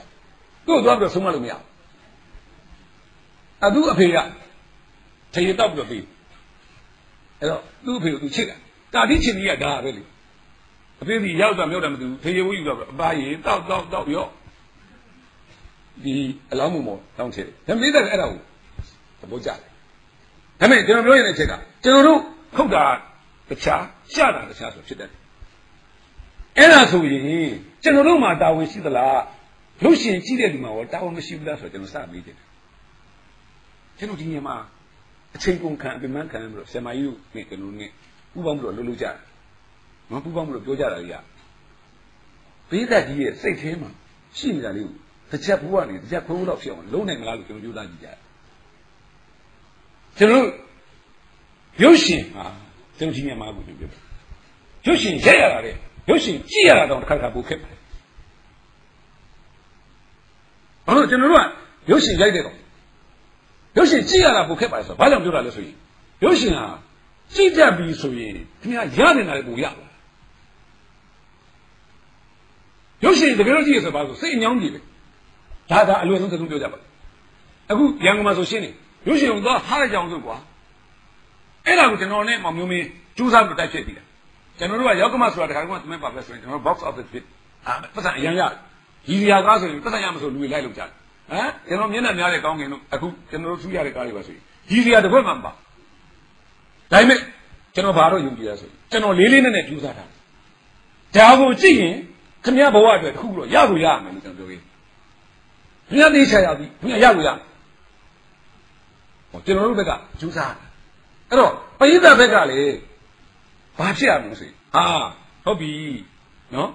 လူတိုင်းတော့ကျွန်တော်အာမမခံဘူးနော်ပြောတယ်ငါတို့ကကြည့်ခတ်အောင်ကြည့်ရမယ်ဆိုဘယ်လိုလဲဟုတ်ပြီဥမာအလွယ်ဆုံးကျွန်တော်ပြောပြကဘာမှာတိတ်နာမကြီးတဲ့ Titanic ဆိုတဲ့သင်္ဘောကြီးနဲ့တဲ့အကြောင်းရိုက်ထားရှိတော်တော်များများကြည့်ဘူးအဲ့ကပြန်စဉ်းစားကြည့်ဒီကဘာမှာရှိတဲ့လူကြီးတန်း6000လုံးကိုလှမ်းပြီးတော့ဖမ်းနိုင်တဲ့ကားနော်စကားကြီးအရှိပဲရုပ်တရက်ကြည့်မယ်ဆိုရင်တော့ရုပ်တရက်ဆိုရင်တော့ဗျာဘာပြောဆိုသင်္ဘောနေတဲ့အကြောင်းပဲအဲ့ပေါ်မှာချစ်သူနှစ်ယောက်ရိုမီရိုနဲ့ဂျူလီယက်လိုပဲသူတို့နှစ်ယောက်ကကွဲကွာတတ်တာဒါကိုရိုက်ထားတာဒါပဲဒါပေမဲ့အဲ့လောက်နဲ့တော့ तू ကကဘာကြီးမှာကြည်ပြီးသားလူကလည်းထပ်ကြည်တာလို့အော်စကာထုတွေလည်းအများကြီးရတာလို့မဖြစ်ဘူးရောသူ့နောက်မှာဒီတွေပိုလင်းနေတဲ့အကြောင်းကလို့ရှိနေကြည့်ကြည့်ဒီလိုသင်္ဘောပြတဲ့ကားကြီးအများကြီးရိုက်ခဲ့ပြီးသားနော်အများကြီးကိုရိုက်ခတာနော်ကျွန်တော်ပို့ဆိုင်တော့ adventure ဘာလို့သင်္ဘောပြတဲ့ကားကြီးအများကြီးရိုက်ဒီကားကြမှာထပ်ပေါ့ဘာကြောင့်လဲတိတိကျကျကြည့်တဲ့အခါမှာပေါ့ပြီပေါ့ဗျာအဲ့ကတကယ်အရေးကြီးဆုံးကွက်ဖဲလေးဆက်ပြီးတော့ဖမ်းထည့်ထားလိုက်နော်အဲ့ဒီကွက်ဖဲဟာခင်ဗျားတို့လေသုံးမရတဲ့အရေးကြီးတဲ့ကွက်ဖဲလေအဲ့ဒါဘာလဲဗျာလွတ်လွတ်လေး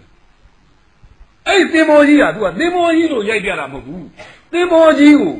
လူလောကကြီးအဖြစ်တင်စားရိုက်ပြနိုင်တယ်ဟုတ်ရဲ့လားကြည့်အောင်နော်သင်္ဘောကြီးဟာတစ်ထက်တည်းမဟုတ်ဘူးအထက်ကျွန်တော်လူလောကမှာဒီသမောင်းလူတွေအားလုံးဟာအနည်းနဲ့လူရင်းနဲ့လူအထက်အတော့လောရှိပါတယ်ဟုတ်ပြီသူဘယ်တော့ပြလာလဲအဲ့ဒီသင်္ဘောကြီးအထက်ဒီလူဘွားကြီးပဲကဲလူဘွားပင်လေတင်ကြီးထွက်လိုက်သင်္ဘောကြီးနစ်ပြီဗျာအလွယ်ဆုံးပြောပါဘယ်ကစနေလို့ဆိုအောက်ဆုံးကစနေအောက်ဆုံးအလှဒုက္ခစရောက်ကဲဆန်သေးတယ်ပြီဆိုရင်အစင်းရဲဆုံးကောင်အရင်စဒုက္ခရောက်တာဗျသူအဲ့ဒါရေးပြတာရှင်းပဲကျွန်တော်နဲ့ဆိုင်နေတယ်ကျွန်တော်လက်ခံထားလို့ရတယ်အေးဘောဒုက္ခရောက်ပြီဆိုရှင်အနေဆုံးကောင်ဒုက္ခရောက်တာကောင်ပတ်စံအပေါ်စားပြီးတော့စီးတဲ့ကောင်ကြီးဟုတ်ပြီနစ်ပြီဟိုအပေါ်ကလူကသိတော့မသိသေးဘူးအေးရောနော်အခုစာသေးတဲ့ကမသိရလူရှိတယ်နော်ပမာကြီးမှာတကယ်လို့လားနော်ကျွန်တော်ပြောချင်တဲ့အချက်ကဘာလို့ဆိုသူဒီကဘာမှာရှိတဲ့တန်း6000သူတို့ကိုလှမ်းပြီးတော့ဖမ်းနိုင်တဲ့အချက်ကိုပြောပြတာသင်္ဘောနေတာကိုအဓိကထားရပြတာမဟုတ်ဘူးသူ့နောက်မှာပြောချင်တဲ့အဓိကချက်ကြီးရတယ်တိတိကျကျရှိထားတယ်အဲ့တော့အောက်ကလူကနေလဲနေတော့ဒုက္ခရောက်မရဘူးကွာတက်တော့မယ်ဆိုအပေါ်ကောင်ကမတဲနဲ့အတမ်းမကြောက်ဘူးတနတ်နဲ့ဆောင်းမင်းတို့ကိုနေရာကိုလေမရဘူးသိမှဆိုတော့ပြစ်စင်တဲ့ကြည့်ပြချမယ်ဆိုအဲ့မှာသွားတော့တာအဲ့တော့ဟုတ်ပြီရှင်းလေးပြပြတာအောက်ကလူကအပေါ်တက်ရှင်ပါလေဒုက္ခဖြစ်နေလို့အဲ့ချိန်မှာလေအရန်အောင်စရာကောင်းတဲ့သူသူကြိုက်ကြတယ်ဗျာအထက်ကမိသားစုတွေကစိတ်ကူးရင်တဲ့လူတော်မလေးကအောက်ကိုပြန်ဆင်းနေဘယ်တော့ပြထားလဲတိကျပြထားတာနော်တေချာပိဋကမြင်အောင်ကိုဘယ်လိုပြရလဲဆိုရင်ဟိုလိုက်ပုတ်လေးနဲ့အသက်ကယ်လေးကိုတင်ပေးပြီးတော့ကောင်မလေးကိုအသက်ကယ်လွတ်အောင်လုပ်ပေးတာကိုကောင်မလေးကမလွတ်ချင်ဘူးကိုသွားချင်တယ်နော်အဲ့တော့ပြောချင်တဲ့ချက်ကတကဘာလုံးမှာဟုတ်လားဒီမင်းသားလေးကဗမာမင်းသားမဟုတ်ဘူးပြောတဲ့အမျိုးမတော်ဒါပေမဲ့ခံစားမှုရအမျိုးတော်လို့ရတယ်ခံစားမှုကအမျိုးတော်လို့ရသွားတဲ့အတွက်တကဘာလုံးကလူတွေနားမလဲလေအဲ့စကလုံးအင်္ဂလိပ်စလုံးလုံးဝနားမလဲဘူးဒါပေမဲ့ကြိုက်ဘာကြောင့်ကြိုက်တာလဲခံစားလို့ရတယ်ဘာလို့ခံစားလို့ရတာလဲ ခံစားလို့ရတဲ့စလုံးကိုနောက်တစ်လုံးပြောင်းပြောလိုက်ရရင်ကိုချင်းစာကိုချင်းစာတာကိုနောက်ထပ်တစ်လုံးထပ်ပြောလိုက်ရင်သူ့နေရာမှာကိုဝင်ကြည့်ပါပဲဟာအရင်လိုပြတဲ့ကိစ္စပဲအဲ့တော့ဒီဆိုကြပါစို့ဗျာဒီကောင်မလေးနဲ့ကောင်လေးနဲ့ထွက်ပြေးကြတယ်သဘောလေးမှာနောက်ကနေတနက်နဲ့လိုက်ပြေးလို့ပြေးတင်မောကြီးလည်းပြက်နေနော်ဘဝမှာနော်တင်မောကြီးပြက်နေတဲ့ကြားထဲမှာကိုသူကအရေးကြီးနေတာသူတို့နှစ်ယောက်ချစ်ဖို့အရေးကြီးနေတာမြတ်တို့အိမ်မှာသားသမီးတွေအဲ့လိုအများကြီးပါသူပါပဲနော်အိမ်မှာဘဝတင်မောကပြက်နေတာကျွန်တော်မိမလိုချင်တယ်လို့ဟာအိမ်ကအမိုးကဘာလို့မပြီးသေးဘူး तू ကမိမလိုချင်နေပြီအတူတူပဲနော်ဒီကောင်လီယိုနာဒိုဒီကာပရိုပဲနော်လားဟာငါသားတယ်ဟုတ်ပါလားကမ္ဘာကျော်မင်းသားနဲ့လူနေပြီလို့အောင်မေးလိုက်တော့စိတ်ချမ်းသာတယ်အဲ့ဒါအဲ့တော့ပြောချင်တဲ့အချက်က तू ကအဲ့လိုလေးပြထားတာလေအဲ့ဒါလေးကိုခင်ဗျာမြင်အောင်ကြည့်လိုက်လို့ရှိရင်တခါကျရင်ကြည့်လို့ကြည့်တယ်ကြိုက်တော့ကြိုက်တယ်ဘာကြိုက်မှမသိဟုတ်ပြီကြိုက်တော့ကြိုက်တယ်ဘာကြိုက်မှမသိလို့ရှိရင်လေခင်ဗျာအဲ့ကြိုက်တာကိုခင်ဗျာကိုယ်လည်းဘယ်တော့မှပြန်မဖန်ဆင်းတတ်တော့ကြိုက်တော့ကြိုက်တယ်ဘာကြောင့်ကြိုက်တယ်ဆိုတာသိရင်ခင်ဗျာကိုယ်လည်းနောက်ချက်ဖန်ဆင်းနိုင်တယ်အဲ့ဒါညတို့စကားတွေနားထောင်ရင်အဲ့တိုင်းကနားထောင်ကြည့်လွယ်သွားပြီနော်ဟာဒီလူစကားပြောကောင်းလိုက်လားကွာဆိုနားထောင်ကြည့်အဲ့စကားကိုလိုက်နေတော့နော်ဟာဘာကြောင့်ပြောတာကောင်းတာလဲလို့သိပြီဆိုရင်ခင်ဗျားကိုယ်လည်းစကားပြောကောင်းသွားကောင်းတော့ကောင်းတယ်ကွာဘာကောင်းမှမသိဘူးဆိုရင်အဲ့ဒါခင်ဗျားဘာမှမသိဘူးကျွန်တော်တို့ဗမာနိုင်ငံမှာအဲ့ဒါအများဆုံးဖြစ်တယ်အထူတော်တွေအခွေးတစ်ခွေးခွက်တယ်တိတ်ကြိုက်ကြတယ်ပရိသတ်နောက်တစ်ခွေးဒီကောင်ဘယ်ပြောက်တော့မှမသိတော့ဘာကြောင့်ဆို तू မတော်တဆကောင်းသွားတာသိချာဘောကောင်းတာမဟုတ်ဘူးအာဒီတကားမတော်တဆကောင်းတာမျိုးဟာခင်ဗျားနောက်ထပ်ကောင်းအောင်မလုပ်နိုင်တော့ဘူးသေချာဘောကောင်းတဲ့ကောင်ဟာနောက်ထပ်ဘယ်နှခုဖြစ်ကောင်းအောင်ဖန်ဆင်းနေအဲ့တော့ဒီကားထဲမှာသူတို့မင်းသားနဲ့မင်းသမီးကဗုဒ္ဓဘာသာကိုပုတ်ပြဒါပေမဲ့ဗုဒ္ဓဘာသာလည်းခံစားလို့ရတယ်သူကကိုရင်းတာတရားရိုက်တာဒီမင်းသားနဲ့မင်းသမီးကလေနောက်ကတနတ်နဲ့ပြတော့ထွက်ပြေးရတာပြေးနေလိုက်တာဘလောက်တော်လို့ဆန်ကျွေးเสียဘလောက်တော်လို့ဆိုရင်ပြေးလိုက်တဲ့လမ်းမှာကလေးလေးဗျာအင်မတန်ရှိတဲ့ကောင်းတဲ့ကလေးလေးတယောက်ထိုင်းငိုလေသူတို့ကသူတို့နှစ်ယောက်မှာအသက်လူပြီးတော့ပြေးရပါလေဆိုမှဒီကလေးတွေ့တဲ့ခါကျတော့ဟောချမ်းမထားခဲ့ဘူးနော်သူတို့ဒုက္ခတွေပူကြီးတဲ့ဒုက္ခပါလားစကားအဲ့ကလေးကိုမရရအောင်ပွေတယ်ဗျာတကယ်တော့သူ့အသက်ကပူရေးဟိုမှာပြစ်တော့မယ်လေသိနိုင်တယ်လေဒါမှမကိစ္စမရှိဘူးငါတဲ့ပူပြီးတော့ကြီးမားတဲ့ဒုက္ခရှိငါကသူ့ကိုဖက်ပေးရမယ်ဆိုတဲ့အတိဒါပဲဘာသာတရားနဲ့မဆိုင်တော့ဘယ်နမိတ်နဲ့မဆိုင်တော့ဘာလို့မဆိုခံစားလို့ရသွားဟုတ်ပြီအဲ့တော့ဒီမှာပြန်ပြောနေဆန်ညွန်းစကယ်ဒမ်ဆိုတာဒီခင်ဗျာဘာပြောမလဲပြောဖို့အတွက်စကားလုံးတွေရေးရတယ်အဲ့ဒါအရေးကြီးဆုံးလားစကားကျွန်တော်ပြောချင်တဲ့စကားလားစကားဆိုတာဘာလဲလို့ခင်ဗျာတကယ်သိရင်ခဏပြဿနာပေါင်းများဆိုခင်ဗျာပြေးလေသွားမယ်ပြီးရောဒါတခုလေးနဲ့ပြီးသွားဟာဟုတ်ရလားဗျာဟာဟုတ်ရလားဗျာဆိုကျွန်တော်အဲ့မှာမေးတော့မယ်ခင်ဗျာစကားတော့သိဖို့လို့ကျွန်တော်တို့ဒီမျိုးကြီးကသိဒုက္ခရောက်တာတခုရှိတယ်ကျွန်တော်တို့ကလေဗမာလူမျိုးကစကားပြောတာဝါသနာပါတယ်ကိုမဆောင်တော့သိပြောတာပဲနော်လားနော်တခါကြရင်ဒါဟိုအတန်းထဲကကလေးကျတော့ပူဆိုးတာပေါ့ရဟေးမပြောနဲ့ဆိုပူပြောခြင်းတယ်အဲ့ဒါဘာပြောလဲမှတ်နေသူကအမေလူကအပေါ်ကမော့လို့အောက်မှာကပ်ပြီးတော့စာရေးပြီးတော့စာပေးစာပြီးလို့အောင်မှန်လက်ဖန်လာခဲ့နော်လာမှာပေါ့ဒီမှာကပ်ပြီးတော့စာပေးစာကလုပ်နေတာလားနော်အဲ့ဒါအမလီနော်လက်ဖန်ကကြရင်အညိုရောင်ဝတ်ခဲ့နော်ကျောင်းသားတွေအရေးကြီးလုပ်နေတာကျူရှင်မှာဘာလို့ဆိုအင်းကြီးအယောင်တိုက်ဝတ်နေတာတိုင်းပြည်နဲ့လူမျိုးအတွက်လုပ်နေဖို့နော်ရှေ့ကကောင်းတော့အသေးတွေအမြုပ်ဟဲ့နားထောင်တော့ဆိုတော့ပြောနေတာဆရာအမသူတို့ကအောက်မှာဒီစမှာအာကစားလာအပြည့်အဝလှုပ်ရှားလို့နော်လားမဲစာပြီးစာပြီးနော်နှစ်ဖက်ကအညူအောင်မရှိဘူးငါ့ဘာကြီးခေါင်းပေါင်းသွားပြီဘာညာပြဿနာရရှုပ်နေတာနော်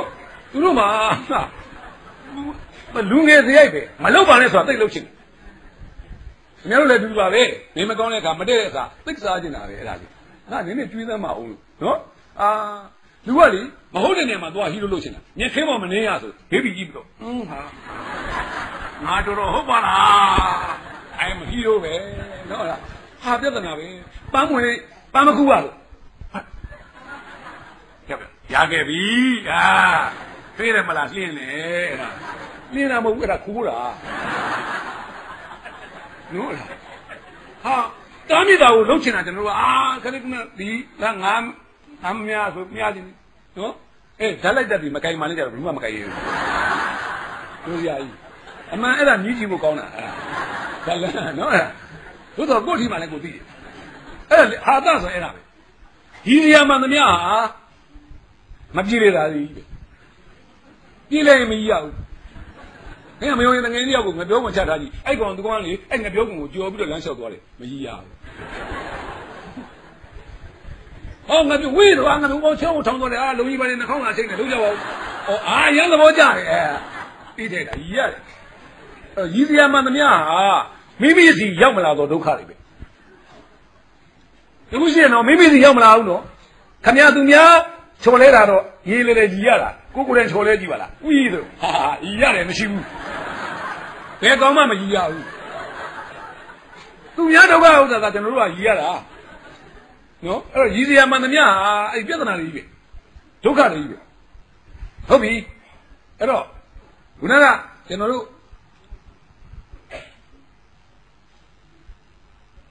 စံညိုးရဲ့အသက်ကဘယ်မှာလဲဆိုတော့မြင်မြစကလုံးမှာစပြောရတယ်ဒါပေမဲ့အကုန်မဟုတ်ဘူးနော်အကုန်မဟုတ်ပါဘူးဒါပေမဲ့အဲ့စကလုံးကိုသွားကြအောင်ဒါပြင်စကားဆိုတာဘာလဲလာပြီပြဿနာဒါအစနော်ကျွန်တော်တို့ဗမာလူမျိုးတွေမှာလေဗမာနားမလဲဆိုတော့ဗမာစကားပဲတကယ်ပဲနော်ပို့ဆိုတာကျွန်တော်ကလေးတွေပြောရတယ်ကျွန်တော်ကတကယ်ပါတာသမီးပေါင်းများစွာကိုမွေးဖွားခဲ့ရတဲ့အဖေလူပဲဆရာဆိုတာဒုတိယမိဘနေရာမှာနေခဲ့ရတယ်ကျွန်တော်ကျူရှင်သင်ရတဲ့ဘဝတည်းမှာကျွန်တော်သိညရကကြီးကျူရှင်နဲ့ချမ်းသာပဲကျွန်တော်မချမ်းသာပါဘူးဒါပေမဲ့လည်းပဲကျွန်တော်ပြောတယ်နော်ကျွန်တော်အိဗယ်ရှိတဲ့လုပ်တွေလုပ်ကြတယ်ကျွန်တော်ကလေးတွေကကျွန်တော်မမေ့ဘူးဒါဆိုကျွန်တော်အများကြီးတင်နေပါတယ်ဒါပေမဲ့အဲ့မှာသူတို့တွေဘာတွေကိုမမေ့တာလဲဘယ်လိုစကလုံးမျိုးမမေ့တာလဲဆိုကျွန်တော်သူတို့ခဏခဏမေ့မင်းတို့ကွာတချို့တွေမင်းဘာပါလာကိုဗုဒ္ဓပါလားဟုတ်ပြီဗုဒ္ဓဆိုတာဘာလို့သိဘူးလေဟာလို့ဗုဒ္ဓဆိုတာဘာမှမသိဘူးညစဉ်းစားကြည့်နော်အမလီယူလိုက်တာကျေးဇူးတော်ဆုံးဘုံတော်နန္ဒနဲ့ဘာညာနဲ့ကျွန်တော်ခေတ်ကအဲ့လိုမဟုတ်တော့ဘာမှမသိညာမှမသိထိုင်ကြတော့ရတဲ့ခေတ်မဟုတ်တော့21ရာစုပြီနော်ခင်ဗျာဟိုကပ္ပရဲ့ဟိုဘက်ချမ်းမှာတော်မီလောင်တယ်ကိုခင်ဗျာဒီတိုင်းပြည်ထိုင်ပြီးလို့ရတယ်လေဒါပေမဲ့အဲ့တောင်းမီလောင်တာခင်ဗျာနဲ့ဆိုင်နေဆိုလဲခင်ဗျာသိရမှာလေဟုတ်ဆိုအဲ့ဒီမိကိုတွေကဥသွားလို့ရှိရင်ဟိုတိုင်းပြည်မှာရာသီဥတုတွေမယ်အဲ့တိုင်းပြည်ကပြပြကျွန်တော်လည်းပါဆိုင်လို့မလုပ်နဲ့အဲ့တိုင်းပြည်ကထုတ်တဲ့ပစ္စည်းကျွန်တော်ဝယ်စားကျွန်တော်ကတ်မယ်အားလုံးခံနေအဲ့ဒါကိုအားလုံးသိတဲ့အတိုင်းပဲ globalization လို့ခေါ်တဲ့ကမ္ဘာကြီးကရွာကြီးတရွာပဲလို့ပြောတယ်ဒါကြောင့်ကမ္ဘာကြီးမှာဖြစ်နေတာခင်ဗျာသိရမယ်သိနေတော့နော်သိနေတော့ဟုတ်ပြီအဲ့တော့အဲ့လိုသိနေတော့သိအောင်လေးလာတဲ့လူငယ်တယောက်ကမင်းဘာပါလားကိုယ်ဗုဒ္ဓပါလားဗုဒ္ဓဆိုတာဘာမှမသိလို့မရဘူးဟာသက်ဆိုတာသာသနာဘာမှမသိနော်ဟုတ်ပြီအဲ့ဒါကခက်လို့လားဗမာစကားလေအလွန်ခက်တာတွေကိုမေးရင်တဲ့အဓိပ္ပာယ်ကရှင်းရတာလွယ်ပြီးတော့အလွန်လွယ်တာတွေကိုပြောရင်အဓိပ္ပာယ်ရှင်းရတာခက်တယ်ကျွန်တော်ပြောတာပြောပြမလို့ဘာကြီးလဲကွာမင်းပြောတာကြီးကဒီလိုဥမာဓာတ်ကြီးလေးပါခုနဆရာမကျွန်တော်ပြောတယ်ဓာတ်ကြီးလေးပါဓာတ်ကြီးလေးပါဆိုတာဘာလဲဗျာဘာမှမပြောလိုက်ရင်ရေးလေးမီဟောပြီးဓာတ်ကြီးလေးပါညီများချင်းရေးလေးပြီးပြီဓာတ်ကြီးလေးပါဆိုတာလေမြန်မာလိုပဲရေးလေးမီဆိုတာလေမြန်မာလိုရှင်းဟုတ်ပြီဒါဓာတ်ကြီးလေးပါဆိုနည်းနည်းရှုပ်လို့မလို့ရှင်းကောင်းနေတာကဲရောက်ကမင်းရောက်ကခင်ဗျားမေးနော်ရေးဆိုတာဘာလို့ဗျာ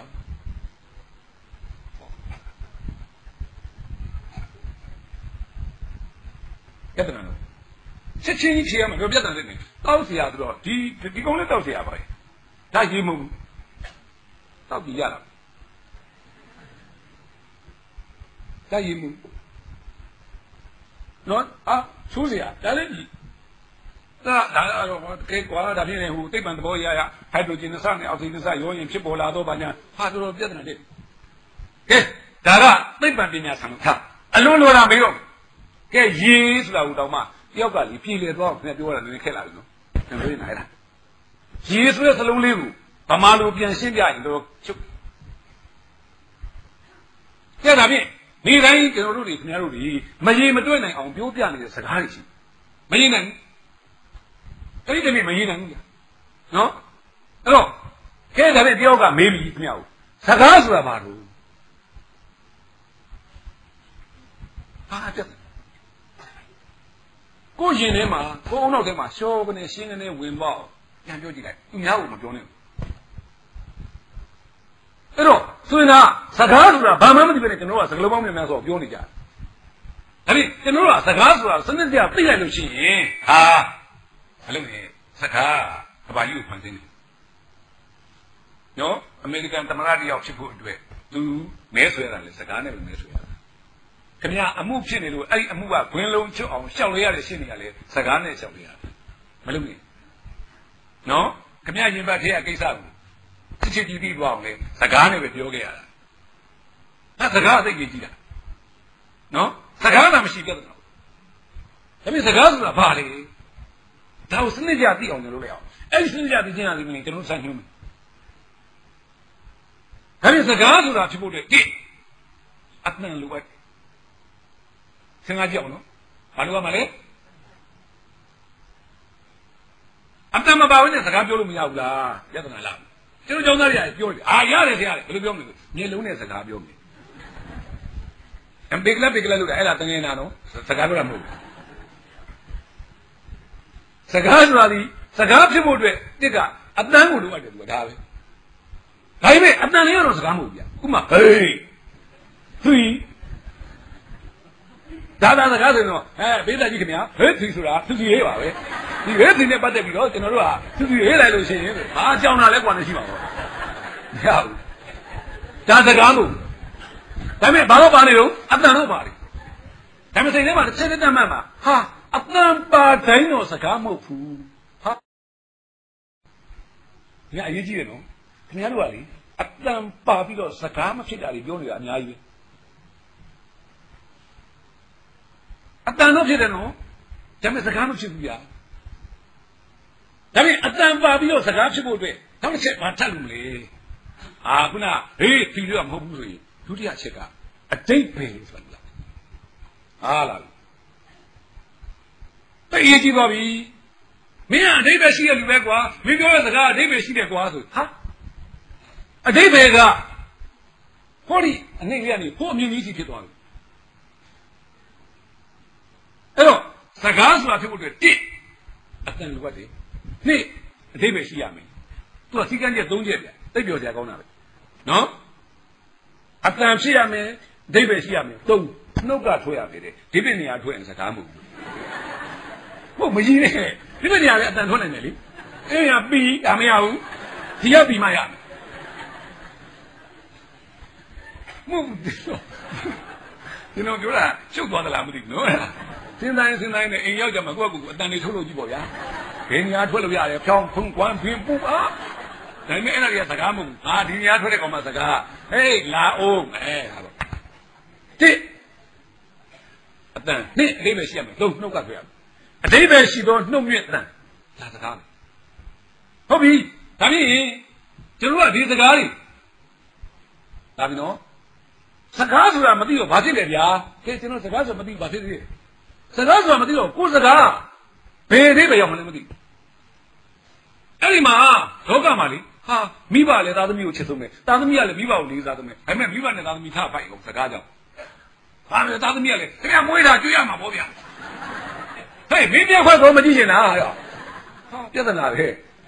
ဘယ်လို့တရားပြင်းနေအဲ့ဒီအပြင်းသားတွေလို့တရားမင်းပြခွက်ကမကြည့်ချင်ဘူးဆိုအကုန်လိုက်ထွက်သွားရောကိုကအရင်လိုက်ရှာရောဒါပေမဲ့စဉ်းစားကြည့်တာခင်ဗျပြောလိုက်တော့မင်းပြခွက်မကြည့်ချင်ဘူးလို့ခင်ဗျလည်းပြောလိုက်တာတကယ်တော့ခင်ဗျားပဲပြောလိုက်တာဒါဖြင့်အဲ့ဒါဟာစကားဟုတ်လားခင်ဗျားနဲ့ပြစဉ်းစား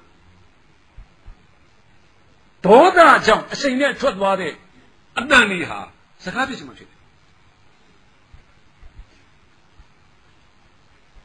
အဲ့တော့အဲ့ဒီခါမှာဒါကျွန်တော်ရှင်းနေနော်မိမိရဲ့စိတ်ကိုစားပြုတဲ့စကားလုံးတွေဘယ်လောက်တို့ပြောပြစ်ပြီလေကိုယ့်ကိုယ်မေးကြည့်လိုက်ရေဟာငါပြောရည်စကားမဟုတ်ပါလားလို့သိရလိမ့်မယ်အေးငါမိဘပဲဒါဖြင့်မိဘစကားပြောရမှာပေါ့ဟောလာပြီငါကဆရာပဲဆရာစကားပြောရမှာပေါ့လာပြီအဲ့တော့နော်အရေးကြီးသွားပြီနော်တော်တော်အရေးကြီးပြီနော်ငါစိုက်ကားသမားပဲစိုက်ကားသမားစကားပြောရမှာပေါ့ဆိုတဲ့ character လို့ခေါ်တဲ့ဇယိုက်ကအရေးကြီးဆုံးခင်ဗျာမိဘဖြစ်မိဘနဲ့တူသောဇယိုက်ရှိရသားသမီးဖြစ်ရင်သားသမီးနဲ့တူသောဇယိုက်ရှိရမယ်အဲ့ဒီဇယိုက်မှန်မှန်ရင်ခင်ဗျားတို့ဇကားတွေတဲမှာလीတဘာဝမချဘူးလို့ခင်ဗျားတို့ပြောတယ်လीဒါနဲ့ကိုယ်အသက်နှုံးကိုတဘာဝကြအောင်ဘယ်လောက်ကြိုးစားပြီးပြီလဲလို့အရေးကြီးအောင်ဟုတ်ပြီခုနကဆရာပြောလို့စာကြီးပြောကြည့်အောင်ကျွန်တော်ကိုရီးယားကားကိုကြည့်နော်ကိုရီးယားတော့ဗမာပြည်မှာနော်နှလုံးရဲ့ကိုရီးယားရဲ့အကြောက်ဆုံးပဲသူကဗမာပြည်ရဲ့အချင်းကြီးအားလုံးကိုသိမ့်ပိုက်ထားတာနော်နော်မလုံနဲ့အဲ့နှလုံးကလည်းပြဿနာပဲဗျာနော်လုံးဝမှန်းကိုမသိတော့ပါဘူးကြာတော့နော်တော့ကိစ္စပဲဒါမဲ့ခုနဲ့တော့တိတ်မဆိုင်ပါဘူးလीနော်တော်လေးပဲစိတ်ရထုတ်ပေါ့စိတ်ရထုတ်ပေါ့နော်ကျွန်တော်ကတော့လောင်ကြီးစားလေးရမ်းလုပ်တယ်ကျွန်တော်တငယ်တယောက်ကသူကပွင့်လင်းပြောကြပါလို့ဗျာကျူရှင်ဆရာလေးမတိုင်လုပ်တယ်တိုင်လုပ်တော့သူကဘာလို့ဆိုထိုးရတရားဟောတာပေါ့ကျွန်တော်ကတော့အဲ့ဒါဝါသနာမပါဘူးတဲ့မျိုးလေးပြောရတယ်ဝါသနာမပါတော့ကျွန်တော်လည်းကာရိကတပြောတဲ့နေရာမှာတော့သူလည်းကောင်းပြောတတ်သူကလည်းမထိုးချင်ခဏတလုံးလာမွေးရလို့တော့ဘဝကြီးပြောင်းသွားမယ်သူကဟာပြဿနာပဲဟာဘယ်လိုပြောမှလဲလုံးစမ်းမအောင်ကွာမဟုတ်ဘူးလေမင်းကနန်းမင်းစားလို့ဘယ်လိုထိုးရတာဘာညာဟာဟေ့မင်းမပေါက်ခဲ့နေရောမပေါက်ခဲ့သူမပါအဲ့တော့မှဘာလို့လဲဒီလိုလုပ်ပါလို့မင်းသိကြတဲ့ကနန်းရှိတာအသိရှိတာပေါ့သိရှိတာပေါ့အဲ့ရောင်းမဲ့နော်အထိုးခံမဲ့ကောင်ကလေကနန်းလည်းပြီးတာတခါလေသူကတော့ဝက်ပေးတာအဲ့ဒါပြင်းမြန်တော့နေရာပြင်းမင်းပြောလိုက်အဲ့ကနန်းပြောလည်းပေးတာသူလည်းမသိဘူးပေါ့တကယ်တော့ခင်ဗျားတို့စိတ်ထဲမှာတွေးမှာပေါ့သူလည်းသိမှမသိရှာပဲလေဟုတ်တယ်မလားဒါပေမဲ့ကျွန်တော်ကဘယ်လိုပြောရမလဲ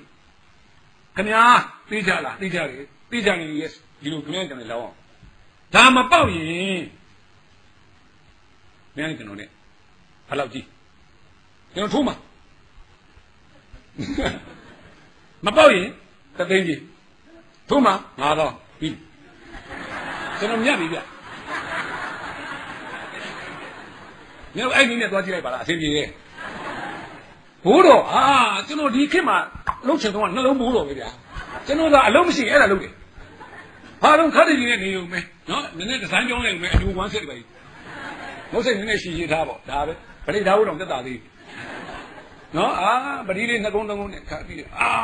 ခဏတစီပြီနော်မရသွားပြီခင်ဗျာလားနော်ရောမင်းတစ်သွားတစ်ပတ်ပြက်အပြက်တစ်ပတ်အပြက်သွားပြီ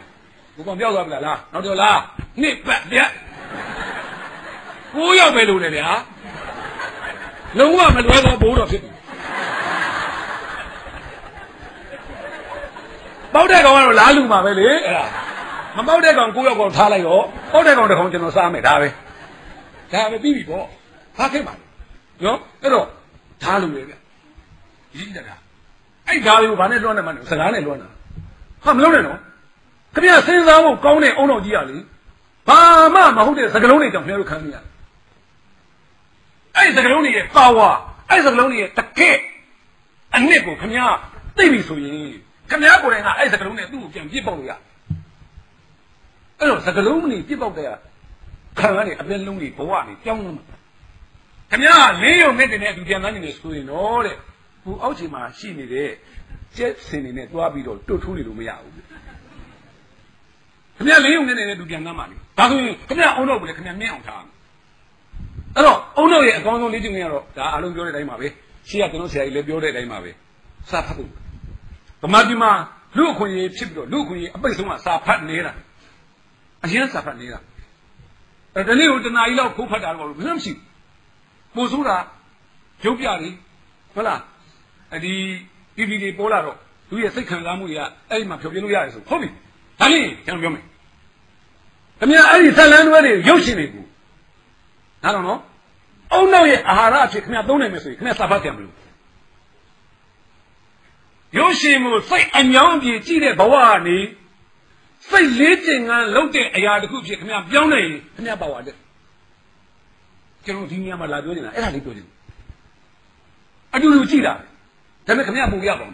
ဟာကိုရီးယားကကျွန်တော်ဟိုတယ်ချစ်သူပေါ့ရမ်းတဲ့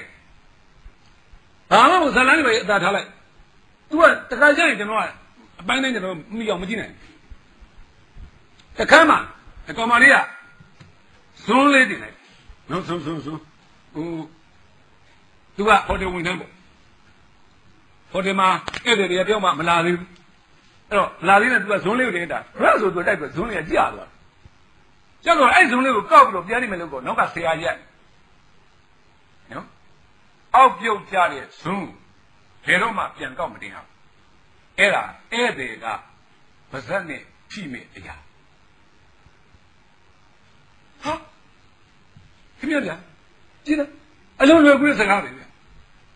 အဲ့မဲ့ကျွန်တော်အဲ့ဒါလေးကြည့်လို့ဟာလို့ဖြစ်သွားစိတ်ထဲမှာဇလန်းကြီးမဟုတ်ပါအဲ့ဒီစကလုံးလေးရဲ့ပါဝါပေါ့ဗျ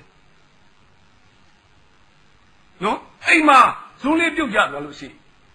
အဲ့ဇုံးလေးပြုတ်ကြသွားတော့ဘယ်သူမှမမြင်ပါဘူးဆိုပြီးတော့ကောက်တင်တဲ့လူတွေအများကြီးပဲကျန်တဲ့မသိတဲ့ကောင်ကတော့နှုတ်ပြီပေါ့ဘာမှမဖြစ်တော့ပါဘူးလို့ထင်ရတယ်ဒါပေမဲ့အဲ့ဒီမဖြစ်တော့ပါဘူးဆိုတဲ့အရာတွေအားလုံးဟာအလွန်ကြီးကျယ်တဲ့ပြောင်းလဲကြီးတွေဖြစ်အောင်လုပ်တာခင်ဗျာမဖြစ်တော့ပါဘူးဆိုတာကျွန်တော်ပြောပြမယ်နော်ခုနကကျွန်တော်ပြောတဲ့ကန်စိတ်ဥဒုအာဟာရဆိုတာကျွန်တော်ယာတိဥဒုဆိုတာတက်ကြောက်ဆက်တော့ယာတိဥဒုခင်ဗျာယာတိဥဒုပြောင်းရင်လူတွေရောဂါဖြစ်တယ်ဟုတ်လားခင်ဗျာဟီရိုရှီးမားမှာဂျပန်ကအမေရိကန်ကဘုံလာချနော်တကယ်တော့ဘုံချမှာဒီဟီရိုရှီးမားမဟုတ်ဘူးသိအံ့ဝစရာကောင်းတယ်တခြားမြို့အဲ့ဒီမြို့ကိုသွားပြီးတော့ဘုံချမှာယာတိဥဒုမကောင်းလို့အောက်ကတိမ်ပြီးခဲနေပြီတွေ့အဲ့ဒီမြို့ကိုရှာမတွေ့လို့အဲ့ဒီမြို့ကိုမချခဲ့ရကဲကျွန်တော်ပြောချင်တဲ့ချက်ကယာတိဥဒုတစ်ခုတည်းကြောင့်အဲ့ဒီမြို့ရဲ့ကံကြမ္မာကြီးပြောင်းသွားတယ်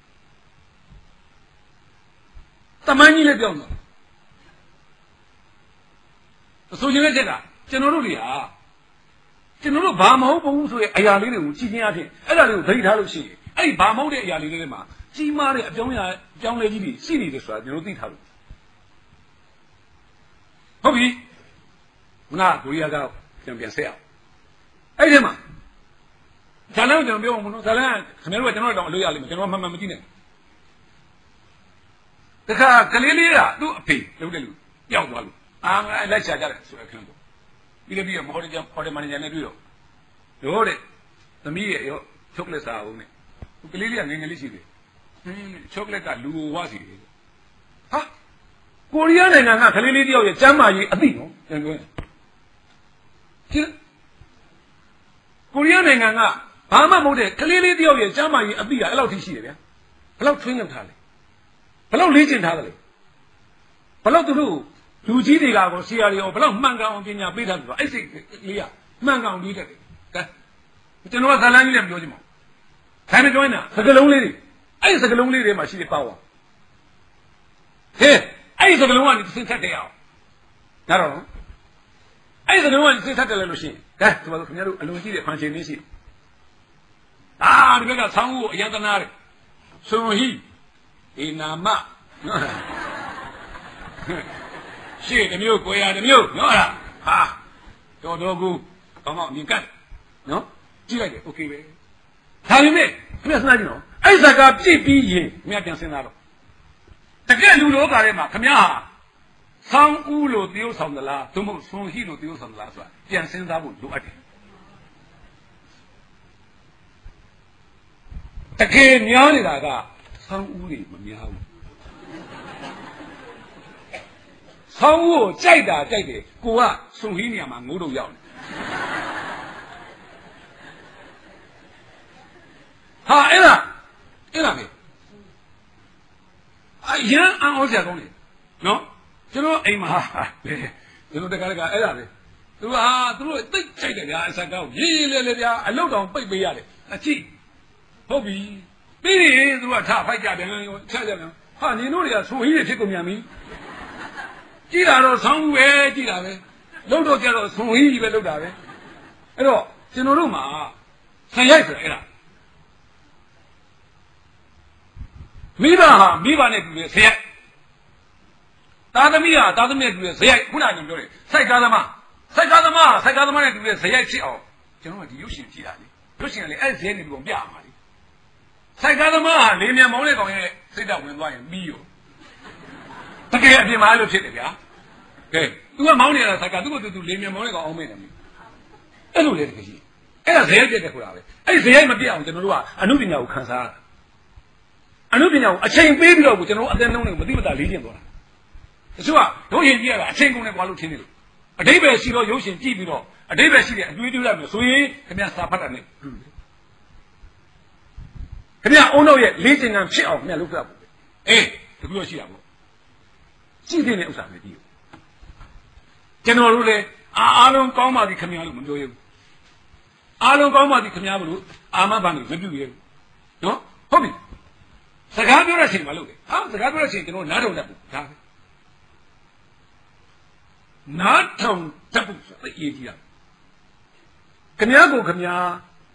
စကားပြောကောင်းတဲ့လူတယောက်ဖြစ်လေ့ကျင့်နေအလွယ်ဆုံးနည်းကနားထောင်တာ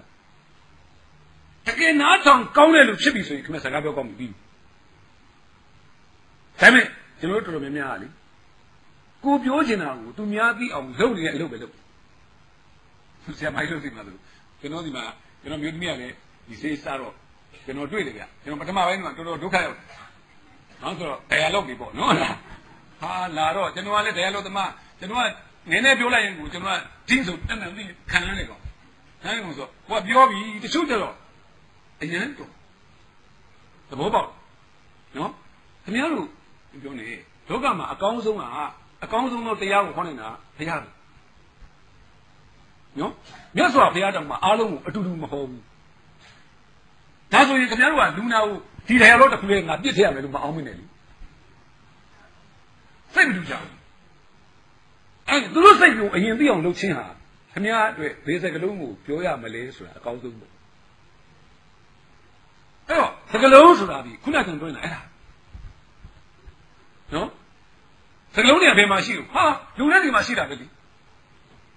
နော်ဒါပေမဲ့ကျွန်တော်များမြစ်ထဲကရွှေကိုကျင်ရတယ်လို့လူတွေအားအများကြီးကြားထဲမှာနေရာပေါင်းနေမှာဆိုဖြတ်တန်းပြီးတော့ကျွန်တော်စကလုံးပေါင်းများစွာကိုကျွန်တော်ရင်ဘတ်ကိုလာရိုက်ခတ်နေတဲ့စကလုံးကိုကျွန်တော်ရွေးရတယ်နော်ခါကြရင်တရားတော်တွေဖတ်ခါကြရင်တရားတွေနာခါကြရင်လူငယ်တွေနဲ့နေနော်ခါကြရင်စိတ်ရှိုးကြည့်ကျွန်တော်အကုန်ဆုံးလို့ရတာအဲ့ဒီရဲ့ရိုက်ခတ်မှုတွေမှာမူတည်ပြီးတော့မှကိုပေးနိုင်တဲ့ထွက်လာတဲ့ရွှေစားလေးပေါ့ဒါလေးနားထောင်လို့ချင်းအပြင်ပိဋကရဲ့စိတ်ကထိုက်တန်သောမှတ်သားမှုထိုက်တန်သောဘဝအပြောင်းလေးရသွားအောင်ကြိုးစားကြည့်တယ်အဲ့တော့ဟုတ်ပြီစကားဘယ်ချိန်ပြောတယ်လက်ချိန်ပြောတယ်ဒီအသိပေးချိန်ပြောတယ်နှစ်ခံစားမှုကိုခေါ်ချိန်ပြောတယ်ဒါအသိပေးရဆိုတာတော့ခင်ဗျာဘာမှပြဿနာမရှိဘူးသတင်းပဲနော်ဒါပေမဲ့ရုပ်ရှင်မှာကျတော့သိပြောစရာကောင်းတာပဲကျွန်တော်တို့ရုပ်ရှင်သရုပ်ဆောင်တင်တဲ့မှာကျရင်အဲ့ဒါသင်ရတယ်ဟုတ်တော့ကျွန်တော်တို့ရုပ်ရှင်သရုပ်ဆောင်တင်တဲ့မှာကျတော့လူငယ်တွေကဘာလို့ဆိုသရုပ်ဆောင်မယ်ဆိုစိတ်က ready လုပ်နေအောင်သူကအပြေးသမားလိုပဲဒါလွတ်တော့မယ်ပြည့်လိုက်မကွာဆိုတာမျိုးလိုပဲငါသရုပ်ဆောင်ပြလိုက်မယ်ဆိုစိတ်ကဝင်နေတာဟုတ်ဟေ့အောင်လေမင်းအဲ့စိတ်ကြီးနဲ့မသွားနဲ့ဘာလို့ဆိုတော့တခါမှတို့ကအသိပေးဝင်ပြီးတဲ့စကားရှိတယ်အဲ့ဒီခါမှာမင်း ID နဲ့လို့ရင်အကုန်ပြည့်တယ်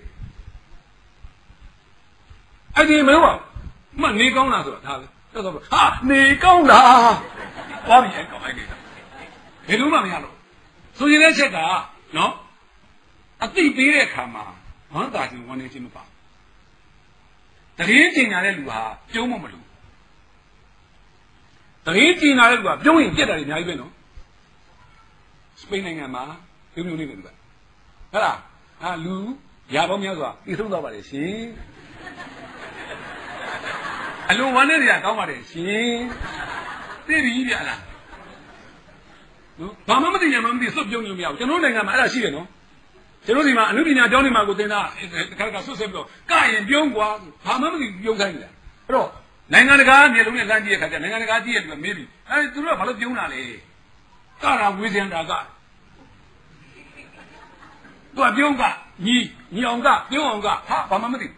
ဟာဒါဟာလူပညာမဟုတ်ဘူးဆက်ကပဲနော်အဲ့တော့ဆိုရင်ကညီအောင်ကပြုံးအောင်ကဆိုတာဒီပြဿနာအများကြီးတက်တာအဲ့တော့ဝေစင်တာကမှာဆိုရင်လွယ်လွယ်လေးအဲ့တော့ပထမဆုံးကဝေစင်တာကိုနားလေရဒါပဲဝေစင်တာကိုနားမလဲဘဲနဲ့ဝေစင်တာကရင်ခင်ဗျားမားတယ်ခင်ဗျားမားတယ်အဲ့ဝေစင်တာပါလေအဝေစင်တာဆိုတာတရားမင်းနေတဲ့နန်းတော်ကြီးဆောင်းတော်ကြီးအဲ့တော့တရားမင်းနေတဲ့ဆောင်းတော်ကြီးလိုပဲဘယင်နေတဲ့နန်းတော်ကြီးကသိခဏတာပဲရေးထားတာဒါဖြင့်အဲ့မှာအောမှုကြီးဟုတ်လားသူ့ရဲ့ကြီးကျယ်ခန္ဓာမှုကိုဂုဏ်ပြုမှုကြီးဒါဖြင့်သူတို့ရင်းကြတာကိုကြည့်လိုက်လို့ရှိရင်ကျွန်တော်ကပြတ်မှာဆိုဟာအဲ့ရင်းကြီးကခန္ဓာကြွယ်ဝမှုကြီးကြီးကျယ်အောမှုတွေကိုကိုစားပြုတဲ့ဥစ္စာကဖြစ်ပြဒါမှသူအမျိုးပညာဖြစ်အဲ့ဆိုရင်ကဝိကရာဝိဇ္ဇံတရားပပြိုးမင်းဝင်းလုပ်ပြတယ်ဆိုတော့နိုင်ငံတကာကြည့်တဲ့ခါကျကျွန်တော်ရှက်စရာကောင်းဟုတ်ပြီအဲ့တော့စကားပြီးအတိပေးတဲ့အခါမှာပြောတယ်နှစ်ခံစားမှုကိုခွဲဝေတယ်ဒါပြီလူဟာဘဝမှာဝမ်းသာခြင်းနဲ့ဝမ်းနည်းခြင်းကျွန်တော်တွေ့ကြပါတယ်နော်အင်္ဂလိပ်ကြပြလေးရှိတယ်သိကြလားကျွန်တော်သိကြိုက်ပါတယ် joy share is joy တယ် sorrow share is sorrow ပြီးဟာ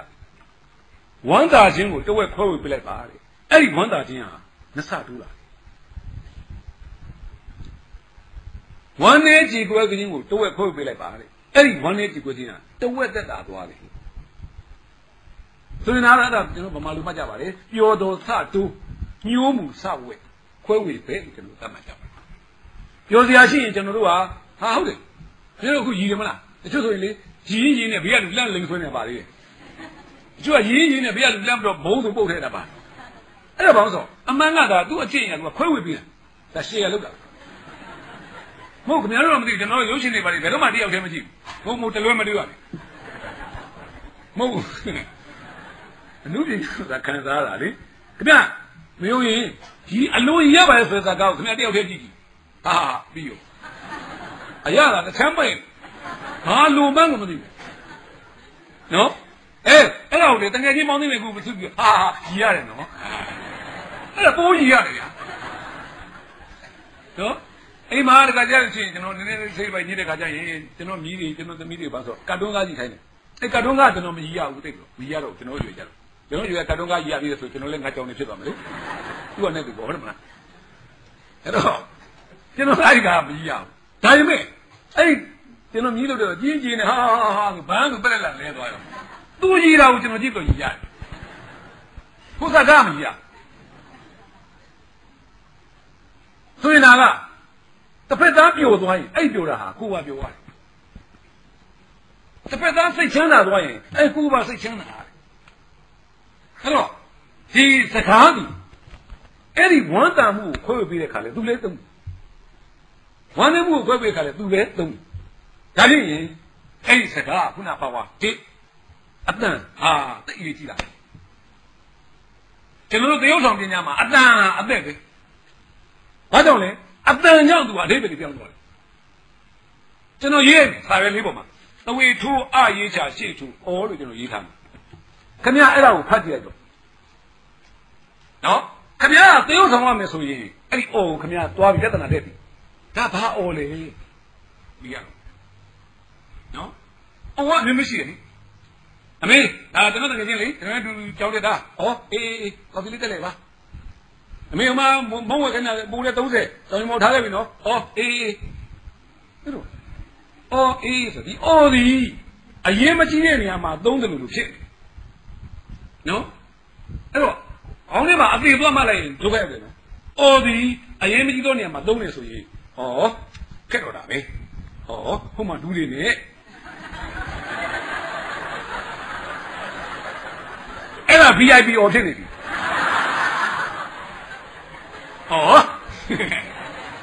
နော်ဒါပေမဲ့တော့ခင်ဗျာစာရွက်ပေါ်မှာတော့တဝေထိုးအားအေးချပဲကျွန်တော်ရေးတာနော်ဒါပေမဲ့ဖတ်လိုက်တာကြီးကဒါဆိုတမျိုးမင်းကို သမင်ခိုးသွားတာတရားခံမင်းရဲ့အော်ဖြစ်တယ်ဘုကျွန်တော်ပြောတာဒီအော်ပဲနော်အော်ပဲတပြက်မဟုတ်သေးဘူးအော်တစ်လုံးပဲဒါပဲအင်ကြိုက်အော်လေးကြည့်ဩ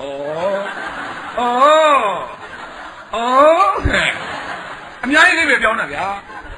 ဒါကြောင့်စကားဆိုတာဒီခင်ဗျားပြောလေခုနစကားဆိုတာအတိတ်ပဲရှိတဲ့နှုတ်မြတ်တန်ဆိုရင်အတိတ်ပဲဟာဘယ်မှာရှိတာဆိုအတန်မှသွားရှိတယ်ခင်ဗျားအတန်ကြောင့်ပြဿနာတက်သွားနိုင်တယ်ဘယ်တော့လဲဟိုကွန်ဆာလင်းနဲ့တူပါလေကျွန်တော်ကြည့်ရတာဥစ္စာနော်ကွန်ဆာလင်းနဲ့တူတဲ့ခါကျတော့မိမိရဲ့အတန်ကြောင့်ကိုကအတိတ်ပဲပြောင်းသွားတယ်ဒီစကားကျွန်တော်ညီလေးကကျွန်တော်ညီကကိုကဆုံးသွားပြီအဲ့ဒီကလေးမြန်ပိုက်တော့ကောင်ဘုံမှုတွေဖြစ်ဘုံတွေဖြစ်တော့သူတို့ရဲ့ဒီ training ကတမျိုးနော်သူကစကားပြောရင်ကွာဖောက်ချက်မနဲ့အဲ့လိုမှမပြောရင်လည်းသူကဘုံမဟုတ်တယ်လို့ဘာလို့သူကလမ်းလျှောက်လေလက်ကကားဒီလိုဟောတယ်ဒီဘက်ကတနတ်ရှိတာဒါအမြဲတမ်းလျှောက်ဒီလိုပဲဟိုညီရင်ဒီလိုပြောတာမဟုတ်ညီရင်မပြောတာနော်ဟာပြောရင်နော်ဟာအဲ့တော့ဒီဒါလေကိုတို့ညီညောင်းပြောတာလေဒါဆို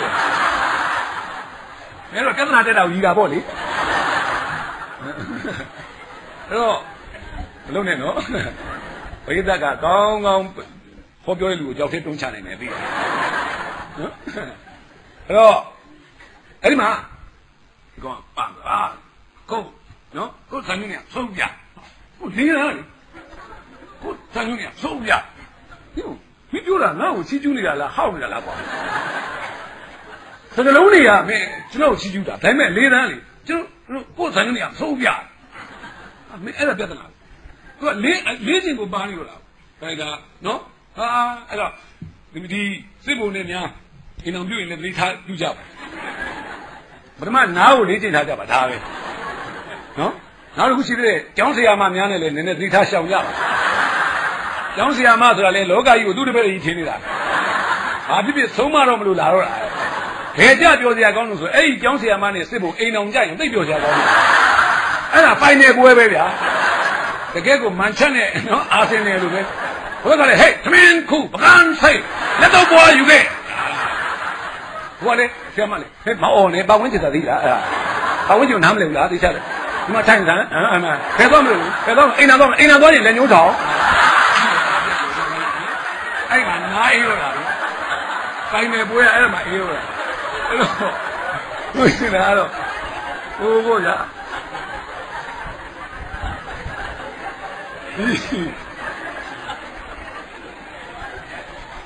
လေးတန်းဆိုတဲ့ကိစ္စတို့တော့ပြောရတယ်ကျွန်တော်တို့နဲ့လေးတန်းကအဲ့ဒါနော်လေးတန်းဒီခမရရဲ့စိတ်ကိုဖော်ပြအဲ့တော့ခမရပြောမှဒီဘယ်သူလဲလူနာလားလူနာဆိုရင်လူနာနဲ့ထက်တန်တဲ့လေးတန်းခမရဖြစ်ရမှာနော်အဲ့တော့ခမရပြောမှဒီခမရလက်အောက်ကတပည့်လေးကိုပြောမှလားအဲ့ဒါခမရတပည့်လေးနားထဲဝင်သွားတဲ့လေတံမျိုးဖြစ်ရဟုတ်ပြီမိပါလားခမရသားသမီးကိုဆုံးမပါလားသားသမီးကိုဟောက်ပါလား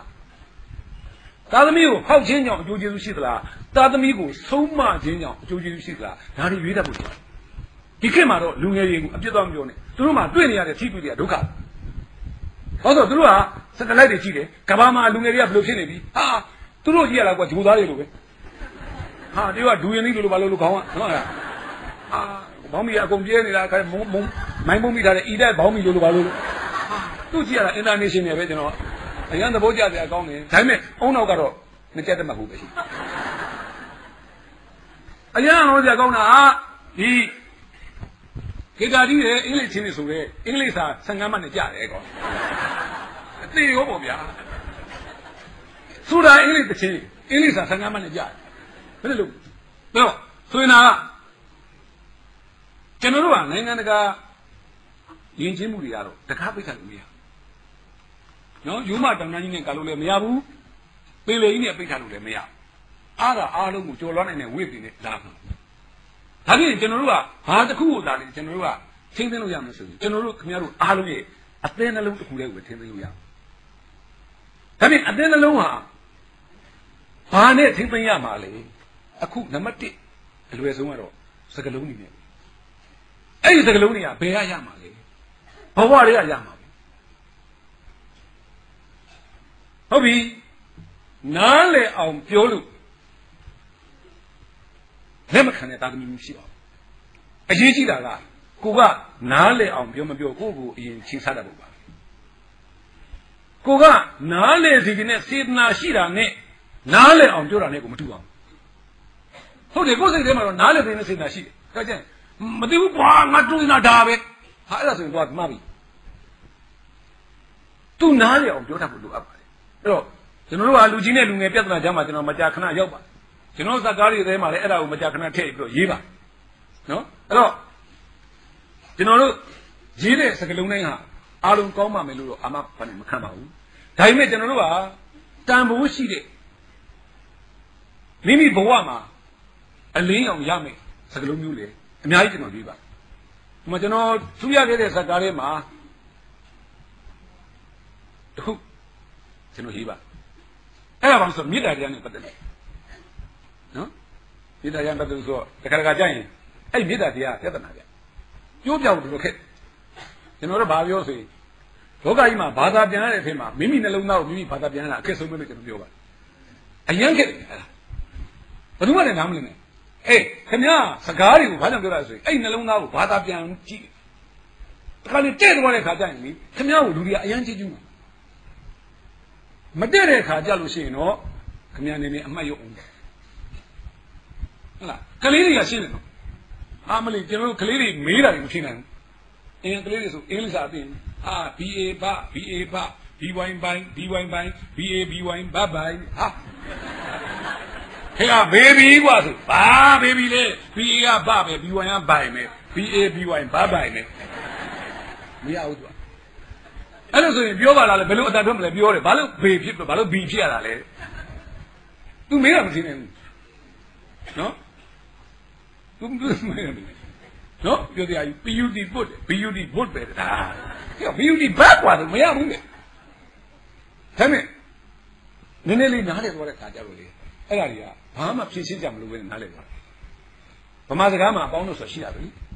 မရရဲ့မြတ်တက်ကိုကျွန်တော်အတန်ထွက်တယ်မြည်ဒါပေမဲ့ပြန်စဉ်းစားကြည့်တယ်မှာတကယ်တမ်းရက်ကြီးမပါဘူးနဲ့ကျွန်တော်ရက်အတန်ထွက်ပိုက်နိုင်ငံသားအဲ့ဒါဖတ်တယ်မီသွားမီအမီနိုင်ငံသားဖတ်တာမှန်တယ်နော်ဒါပေမဲ့ခင်ဗျားတို့ကရည်မယ်မှန်အမှန်ကျွန်တော်တို့ကမှားတယ်အဲ့တော့အဲ့ဒီနေရာမျိုးမှာကျွန်တော်တို့ကဖြည့်ဖတ်တယ်လို့တစ်ခါကျရင်ကျွန်တော်ကနှုတ်ဖတ်တာရှိသေးတယ်ဟာကျွန်တော်မျက်စိလည်းပြသိကောင်းတဲ့ဗမာစကားရက်ရက်ကိုဖြုတ်ပြလိုက်တယ်မြင်းရလားနော်ဖြုတ်လိုက်တာနော်ဟုတ်မဟုတ်စဉ်းစားကြည့်တဝေထိုးမရရဝါဆွဲလို့ဖတ်တယ်တဝေထိုးမရရဝါဆွဲရရကြီးပြောင်းနေတယ်ဗျာကျွန်တော်တို့ခဏဖတ်လိုက်တာတကယ်အမှန်တည်းကဖတ်မှာဆိုဟာမျိုးဝေကြီးပါလားဟဲ့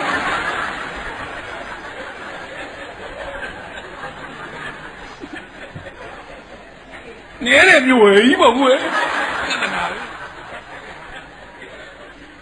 အဲ့တော့ဗမာစကားပြဿနာဗျာအဲ့ဒီမှာခုန pronunciation ဆိုတာလေဒုက္ခတော်ရောက်တယ်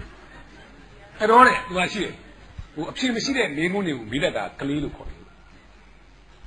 နော်အဲ့ဒီအဖြစ်မရှိတဲ့နေကုန်းတွေမေးတာကနေပြီးတော့အဖြစ်ရှိတဲ့နေကုန်းတွေမေးလာပြီဆိုရင်အဲ့ကလေးဟာလူကြီးဘက်ကိုလှမ်းလာပြီအဲ့ဒီလိုအဖြစ်ရှိတဲ့နေကုန်းကိုမေးတာကနေ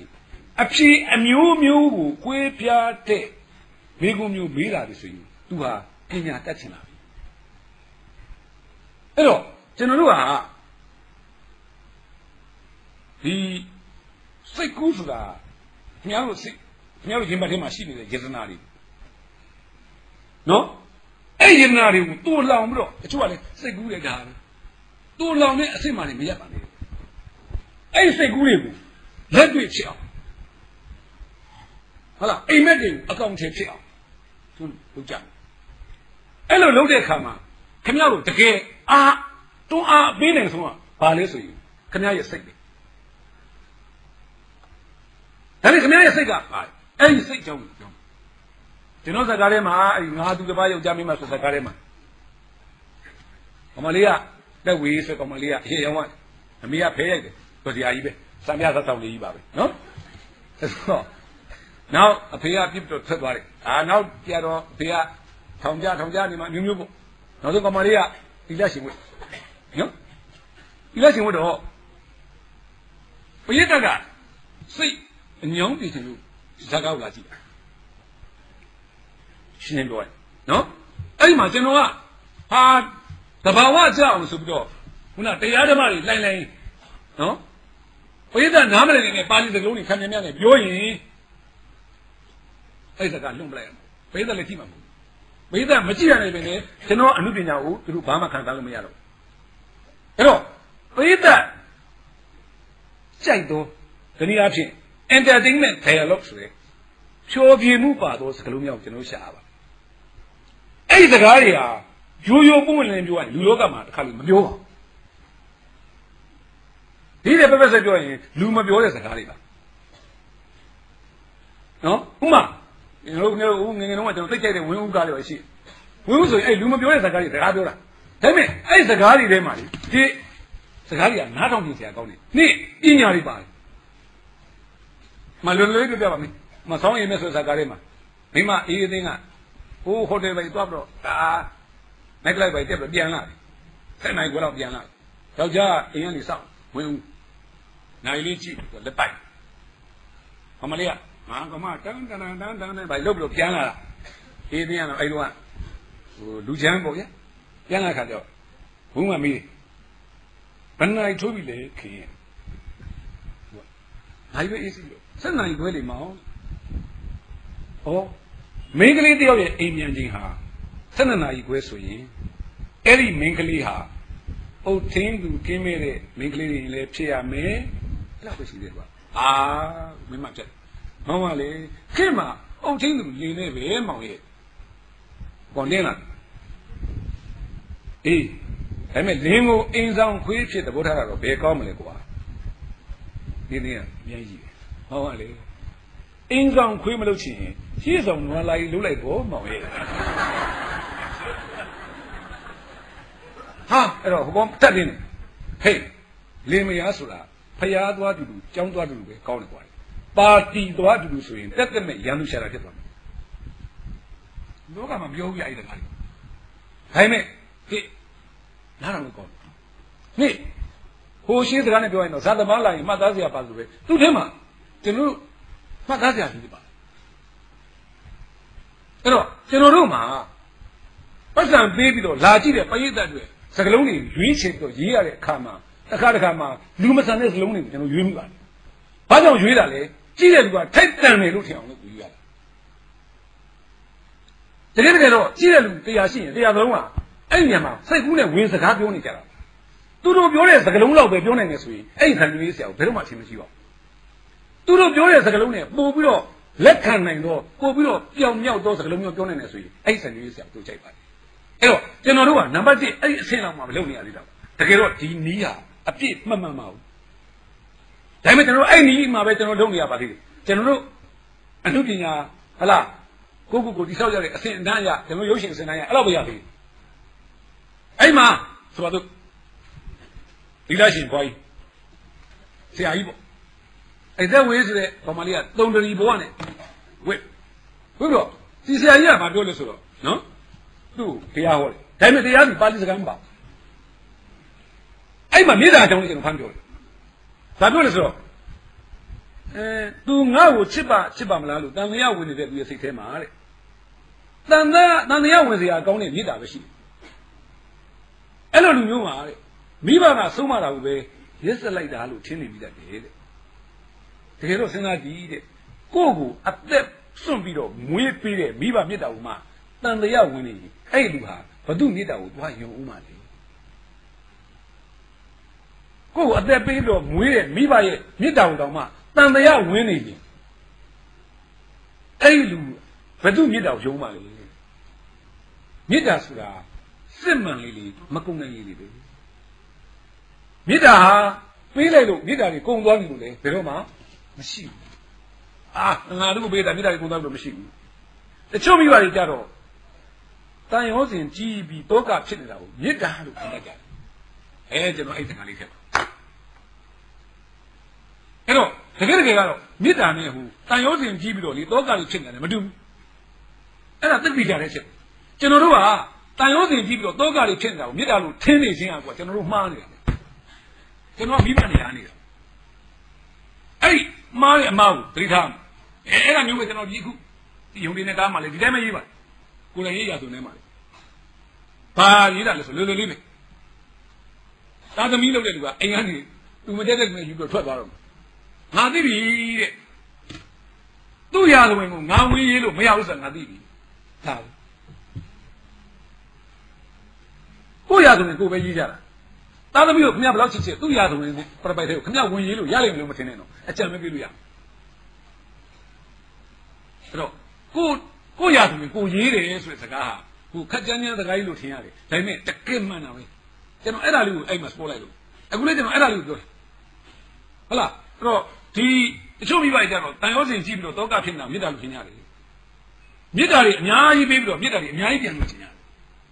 ဟုတ်လားအဲ့တော့အဲ့မေတ္တာတွေအများကြီးပေးပြီးတော့အများကြီးပြန်လို့ခြင်းကိုအဲ့ဒါမေတ္တာမဟုတ်တော့ဘူးအဲ့ဒါဟာလောဘဖြစ်သွားပြီမေတ္တာဆိုတာ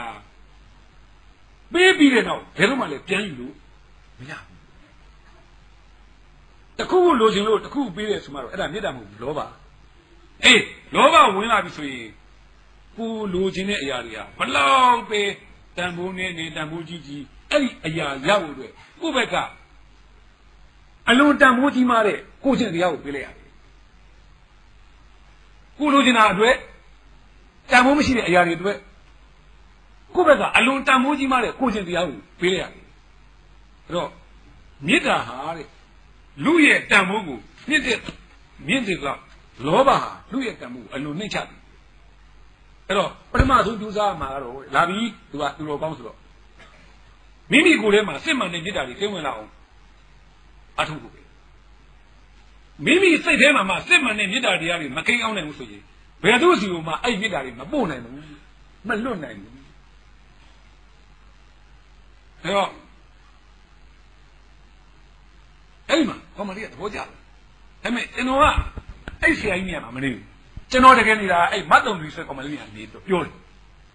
အဲ့စကားလေးကျွန်တော်ဗာပြန်ပြောရဆိုကျေးဇူးကြီးလာပါတယ်ဆရာကြီးဖေဟာနော်တာမန်ပရိသတ်တွေကျွန်တော်လာပြီပရိသတ်တွေအားလုံးရဲ့နေရာနဲ့ကျွန်တော်နေပြီနော်အဲ့ပရိသတ်တွေအားလုံးရဲ့ကိုစားပြုတဲ့စကားတစ်ခုကျွန်တော်ပြောတယ်မေတ္တာဆိုတဲ့စကားကိုတပည့်တော်မဟာမရေမတွေ့နိုင်အောင်ကြားခဲ့ရမှုပါလေခင်ဗျာဒါပေမဲ့ဆရာကြီးစီကသိလိုက်ရတဲ့အသိလောက်လေးလေးနဲ့တခါမှမရှိပါဘူးမေတ္တာဆိုတာခံစားမှုတစ်ခုလို့တပည့်တော်မထင်ခဲ့ပါလေတကယ်တော့မေတ္တာဆိုတာအလွန်မြင့်မြတ်တဲ့ကိုချင်းတရားပါလားကျွန်တော်အားလုံးသောပရိသတ်တွေလို့ထင်တယ်ကျွန်တော်အဲ့ဒါလေးလူတွေကမေတ္တာဆိုတာ feeling တစ်ခုလို့ထင်တယ်မဟုတ်ဘူး feeling ကိုခံစားရတဲ့ခုလို့မေတ္တာကိုချင်းတရားခင်ဗျကျင့်ကြံအားထုတ်ရမယ့်ကိစ္စကျင့်ကြံရမှာဘယ်လောက်တော့ကျင့်ရမှာဆိုခင်ဗျလေ့ကျင့်ပြရတယ်အရန်ကိုလေ့ကျင့်ရတဲ့ကိစ္စအဲ့တော့ဟိုပေါ့ကြပြာဆိုတာဟိုကျွန်တော်ခုနကစကလုံးလေးတော့ကြပြာဆံသောစကလုံးများကြပြာဆံသောစကလုံးများလူလောကမှာပြောလို့တော့မရှိပါဘူးဒါပေမဲ့ကျွန်တော်တို့တဏှာကြီးခွဲတဏှာကြီးလာထိုင်မဲ့ပိဋကတ်တော့ကျွန်တော်တို့ကအဲ့လိုလေးလက်စီတဲ့စကလုံးများနဲ့ပဲကျွန်တော်တို့ကကြိုးစားပြီးတော့အထုတ်ပြရအောင်အဲ့ကျွန်တော်တို့ဒီစကလုံးကိုလူတသန်းနားထောင်လို့လူ100လောက်စိတ်ထဲကိုရောက်ချင်မှရောက်ပါဒါပေမဲ့ကျွန်တော်တို့ကတော့စိတ်အားထုတ်ရတာပေါ့တခါကြရင်အဲ့ဒီလိုစကလုံးမျိုးပြောဖို့အတွက်ပိဋကတ်ချိန်လောက်တဲ့စကလုံးတွေထည့်ပြောတာရှိသေးတယ်ကျွန်တော်တို့မှာအဲ့လိုစကလုံးမျိုးပြောတတ်အောင်လေ့ကျင့်ရတယ်လို့တခါတခါကြရင်လည်းပဲဟလာဒုတိယမြောက်လိုမီလိုအချစ်ကားလေးတွေမှာဟာချစ်သူရဲ့နှခမ်းမှာမျက်စိပွင့်ပေါင်း1,000,000လောက်ပွင့်နေတယ်ဟာချစ်သူရဲ့မျက်စောင်းကမီးတောင်ပေါင်း1,000,000လောက်လို့ပဲပူတယ်အဲ့ဒါတွေပဲလုပ်ရတာသို့တော့တကယ်ကြတော့အဲ့ဒါတွေကဘာလို့ဆိုဟိုနေကြသိလို့ပဲဘလောက်စားဘိုက်မွားပါအဲ့တော့စားလေခင်ဗျဘယ်ဘလောက်စားတော့အဲ့တော့ဘလောက်နားတောင်တာတော့ခင်ဗျဘဝမှာထူးခြားတဲ့ကြောင်းလည်းမဖြစ်နိုင်ကျွန်တော်တို့အဲ့လိုစလုံးမျိုးတွေလည်းကျွန်တော်ရေးရတာဒါပေမဲ့ပိဋကတ်ကအဲ့လိုစလုံးမျိုးတွေကြိုက်တယ်ဗျ အဲ့တော့ကျွန်တော်တို့မှဘာလို့ပါလို့ဆိုရင်ဟုတ်ကဲ့ခင်ဗျားတို့ကြိုက်တာလေကျွန်တော်ပေးပါမယ်ကျွန်တော်တို့ကြိုက်တာလေးကိုလည်းခင်ဗျားတို့ကြိုက်ကြည့်ပါဦးဒီလိုပြန်အားထုတ်ပါအဲ့တော့ကျွန်တော်ရဲ့ဆရာကြပြဆရာကြီးတယောက်ကပြောဘူးလေကြပြရေးရတာလေကြပြဖတ်ရတာပိုခက်တယ်ဟုတ်တယ်ကြပြကိုဖတ်တယ်ဆိုရင်ခင်ဗျားကြပြတွေကရတဲ့အမြတ်တွေအများကြီးပဲအဲ့တော့ဥမာကျွန်တော်လွယ်လေးဘဝအတွက်စံညွှန်းလေးတစ်ပုဒ်လို့ပေါ့ကြပြဆိုတာလေအုံနောက်ရဲ့စံညွှန်းလေးတစ်ခုပါအဲ့တော့ဒီကြပြကျွန်တော်တို့ခင်ဗျားတို့အလွန်ကြားဦးတဲ့ကြပြလေးကိုပြန်နှုတ်ကြည့်အောင်နော်ကျွန်တော်ပြောနေတာလေးများသွားတယ်ပြန်ချုပ်ပြောရရင်ကျွန်တော်တို့ရုပ်ရှင်မောင်များစွာကြည်တယ်ဒါပေမဲ့ဘလောက်ရအောင်ကြည့်နိုင်ခဲ့ပြီလေကျွန်တော်လုပ်ပေးတဲ့ရည်စရာတွေခင်ဗျားကြည့်ပြမှာယောဂမဆိုတာတခါတော့သမက်ပါပဲရည်စရာတွေလုပ်လိုက်ဒါပေမဲ့အဲ့ကားထဲမှာတကယ်အရေးကြီးတာလေးကိုဖန်ထည့်မိဘမြတ်တာလေးဒါပေမဲ့မိဘမြတ်တာကိုမသားတို့ရုပ်ရည်စရာမြည်လိုက်ပါရင်ကျွန်တော်အဲ့လိုမျိုးနောက်ဆုံးခက်ပေါ်မိဘမြတ်တာကွယ်ဘာခက်ပေါ်လဲဗျာကျွန်တော်တို့ခင်ဗျားတို့ခဏခဏတွေ့တဲ့စကားလေးကိုကျွန်တော်အဲ့မှာထည့်လိုက်ဟိုကြွားတာတော့မဟုတ်ပါဘူးကျွန်တော်မျိုးသမီးကကျွန်တော်မောင်လို့ခေါ်ပါတယ်အဲ့တော့မဟုတ်လေဟိုဒါရိုးရိုးသားသားပြောတာကျွန်တော်အဲ့ဒါကိုသိကြိုက်ပါတယ်ရိုးရိုးသားသားပါပဲနော်အဲ့တော့ဒါပေမဲ့အဲ့ဒီမှာသူကမောင်လို့ခေါ်တဲ့အချိန်မှာကျွန်တော်သမီးလေးမွေးတဲ့အချိန်မှာကျွန်တော်သမီးလေးကကျွန်တော်မောင်လို့လိုက်ခေါ်ပြဿနာကုန်တဲ့ပါတယ်ဟုတ်တော့အဲ့ဒီမှာဘာလို့မှမသိကျွန်တော်သူသမီးကမောင်လို့ခေါ်တဲ့အချိန်မှာကျွန်တော်ပြထွက်သွားတယ်ဒါပေမဲ့ကျွန်တော်စိတ်ထဲမှာတိုင်းတိုင်းကိုမှတ်ထားလိုက်တယ်အဲ့ဒီမှတ်တဲ့ဥစ္စာကိုကျွန်တော်ဒီကားထဲမှာထည့်ရတယ်နော်ဘာလို့လဲဆိုတကယ်တော့မောင်လို့ခေါ်ခံရတာကိုအကြိုက်ဆုံးပဲဒါပေမဲ့သမီးလေးကမောင်လို့လိုက်ခေါ်တဲ့ခါကျတော့သမီးလေးမားနေပြီလေသမီးမမားစေခြင်းလို့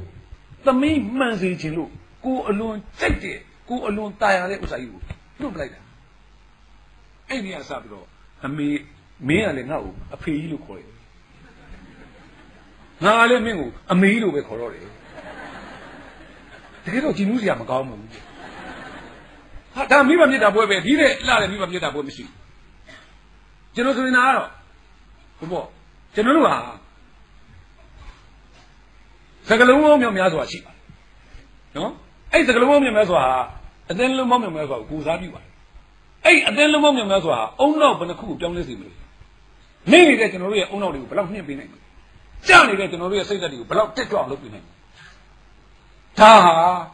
ကျွန်တော်တို့ရဲ့အုံနောက်နဲ့ကျွန်တော်တို့ရဲ့အသင်းလုံးရဲ့လေ့ကျင့်မှုမှာမူတည်ပါတယ်ဘယ်သူမှကျွန်တော်တို့ပေးမှာမဟုတ်ပါဘူးမြတ်စွာဘုရားဒီတရားရောခဲ့တာပါပဲဒါပေမဲ့တချို့ကနိဗ္ဗာန်ရတယ်တချို့ကနိဗ္ဗာန်မရဘူးဘယ်သူမှပို့မပေးဘူးဒေဝဥပ္ပဒါရဲ့စကားနဲ့ပြောရရင်လူတယောက်ရဲ့ရပိုင်ခွင့်ကဒီနေ့မှ24နာရီပါဘယ်သူမှပို့မရဘူးဒါပေမဲ့ကွာခြားသွားတာကတော့အဲ့24နာရီကိုအသုံးချတတ်တယ်ကွာခြားသွားတာဒီရုပ်ရှင်သားကိုဒီတစ်ချိန်နဲ့အားလုံးကိုကြည့်ကြတာဒါပေမဲ့ခင်ဗျားစိတ်နဲ့ကြည့်ကြည့်လေပူရအခုခေတ်ကရုပ်ရှင်ကြည့်ရလဲတော့ကြောက်စရာကောင်းတယ်ကျွန်တော်တပည့်တွေကျွန်တော်ပြောရတယ်မင်းတို့ခေတ်ကကြောင်းမြန်ခေတ်နော်တို့တို့ကကြောင်းမြန်ရုပ်ရှင်ရုံနဲ့သွားတယ်ရုပ်ရှင်မကြည့်ဘူးရုပ်ရှင်ပြန်ပြတယ်သူကအဲ့တော့ဒီဟုတ်တယ်နော်အဲ့တော့ तू ကဘုရှင်ကဘာပြနေမှမသိတာအေးတာပဲတခါကျရင်လည်းသတိဟာရုပ်ရှင်တဲ့ပို့ဆိုတာအဲ့ရုပ်ရှင်ကြည့်နေတဲ့ပရိသတ်ကအချင်းချင်းအဲ့ဒါကိုဆွေးနွေးနေတာအဲ့ဒီပုံမှာတွေဆွေးနွေးပွဲကျင်းပလိုက်တယ်ဒီကကောင်ကြီးကဒုက္ခရောက်နေတာအဲ့ဒါနော်အဲ့ဒါအမလေးဝစ်ထားတဲ့အင်ကြီးကဘယ်လိုဖြစ်နေပြီဘာလို့လဲညာလို့ဒီဘက်ကပြောင်းနေတယ်ဇက်ကဘယ်ရောက်တော့မှမသိတော့ဘူးအဲ့တော့ဆွေနာနားထောင်တဲ့အလေးထားနော်အဲ့ဒီနားထောင်နေဆိုတာတကယ်ပြောချင်တဲ့စကားရဲ့အထိပ္ပယ်ကိုနားထောင်တာကြားတာချင်းတူရင်ကိုကပူရမြင်တာချင်းတူရင်ကိုကပို့ပြီးတော့ဝေးဝေးရအောင်ဒါဆိုရင်ကျွန်တော်တို့ကဘာလုပ်မလဲကျွန်တော်တို့စိတ်နဲ့စိတ်လေးချင်ကလုပ်တဲ့ပုံစံနဲ့ရုပ်ရှင်ကြည့်ကြည့်ရင်ကြောက်ပါပရိသတ်မှာကိုတာဝန်ရှိဟုတ်ပြီအဲ့တော့ဆိုရပါစို့ကြပြနော်ကြပြလေးနဲ့ဆုံးတတ်တယ်ချင်းရတယ်နော်အဲ့တော့ကျွန်တော်ကမဖြစ်နေဆိုတော့ကျွန်တော်အခုဒီမှာပြောရင်းနဲ့ပြောစရာတွေကများလာတယ်နော်ဘိုးဘောဝါလုံးလိုပဲ ပြက်လေးပွားလေးဖြစ်လာတယ်နော်အဲ့တော့နည်းကျွန်တော်ဒီကြပြလေးနဲ့နော်ဆုံးသတ်ရအောင်အဲ့တော့နောက်ဂျုံတဲ့ခါကြလဲဂျုံတလူလေးကျွန်တော်တို့အဲ့လိုပဲရုပ်ရှင်ကြောင်းပါကြောင်းပြောကြတာပေါ့ဗျာနော်ကျွန်တော်ကရုပ်ရှင်စကားပြောရတာကောင်းပါလေအဲ့ကျွန်တော်ဆရာတယောက်ကကျွန်တော်ကြပြရေးရတာလေကြပြဖတ်ရတာကိုခက်တယ်လို့ပြောတယ်ဟုတ်လေရုပ်ရှင်ကြည့်ရတာဟာရုပ်ရှင်ရေးရတာတခါတခါကိုခက်ပါတယ်ကဘာကျော်ရုပ်ရှင်ဇာတ်ကားတွေဆိုရင်တခါတခါကျွန်တော်တို့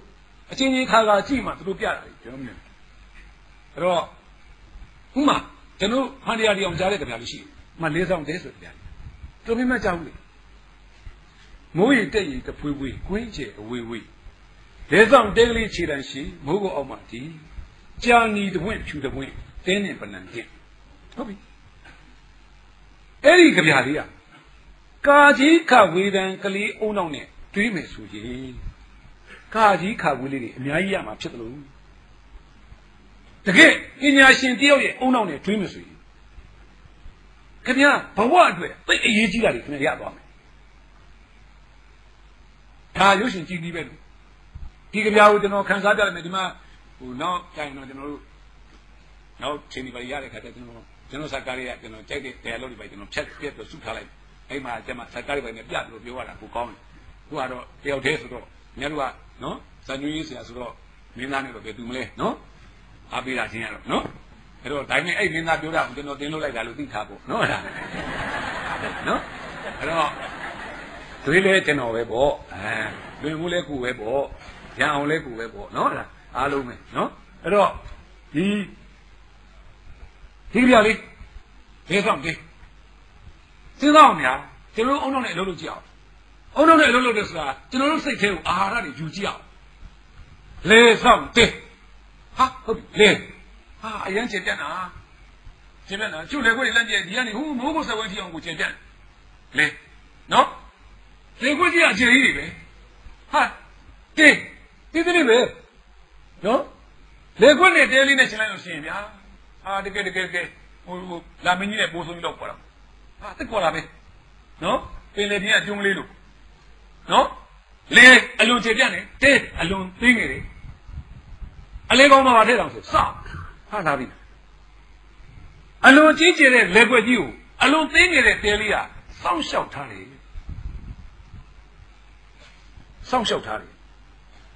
ထိမ့်သိမ့်ထားတယ်ကာပွေထားတယ်ဟုတ်ပြီကြည့်ရနော်ဟာကြပြကောင်းစင်တော့ဒီလိုလာပြီဒါပေမဲ့သူဆက်ကြည့်အောင်မိုးရီတက်ရီတဖွေးဖွေးကွင်းကျဲအဝေးဝေးဟာဟိုးအဝေးကြီးနော်မိုးရီကောင်းကင်ကကျလာတယ်တက်ရီရေပြင်ကတက်လာတယ်စဉ်းစားကြည့်လားမိုးရီရောတက်ရီရောဟာ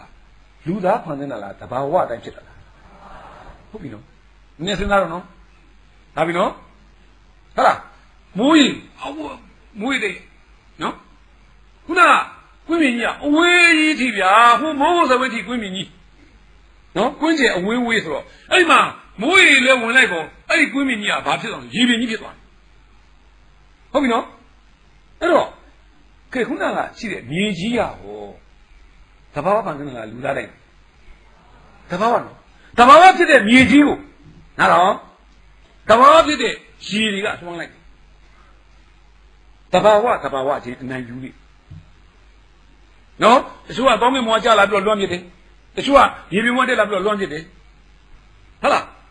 ရေပြင်ဆိုတဲ့တဘာဝတရားကိုရေဆိုတဲ့တဘာဝတရားလွှမ်းပစ်တယ်တဘာဝချင်းအားပြိုင်တယ်မိုးရီတက်ရီတဖွေးဖွေးကွင်းကျဲအဝေးဟာဒါတော့ရှင်းတဘာဝချင်းအပြိုင်တယ်လေဆောင်တဲကလေးခြေတန်းရှိဒါပြီ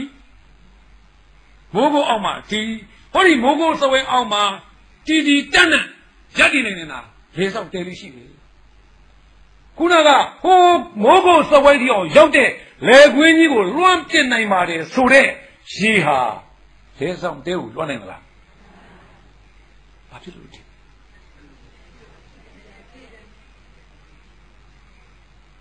လေခွက်မြေကြီးသည်တဘာဝ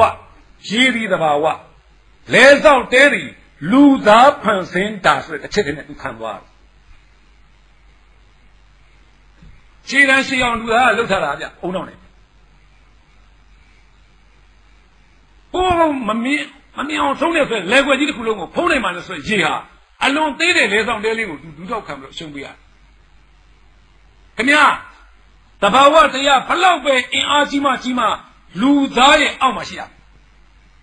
လူသားရဲ့အုံနောက်အောက်မှာခင်ဗျာရှိတယ်ဟေးတဘာဝတရားမင်းဘာမှလုပ်နေနဲ့ရေကြီးမင်းငါတို့အောက်မှာရေမင်းတို့ငါတို့အောက်မှာဟေးဆောင်တဲကလေးခြေတံရှိမိုးကိုအောက်မှာဒီရှာနီတပွင့်ဖြူတပွင့်သိကောင်းတယ်ကျွန်တော်မသိဘူးဘာလုပ်တာလဲဘာကြာမနဲ့ဘယ်သမားကြီးကလည်း၆သီးသီးဖြစ်တော့မှာပဲပါညာ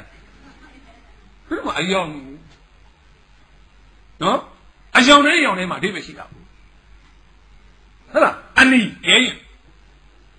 နော်ရဲရင်လားတတိလေသမားမှာတတိရှိတယ်ဟာဒီလေခွင်းကြီးတစ်ခုလုံးသူတယောက်တည်းဆောင်ဘာဖြစ်လဲနော်ဒါပေမဲ့မြောက်မြမသမိုင်းကိုပြန်ကြည့်မြမပြည်ကိုကျိုးကျော်ဆော်ကားတဲ့အချိန်မှာ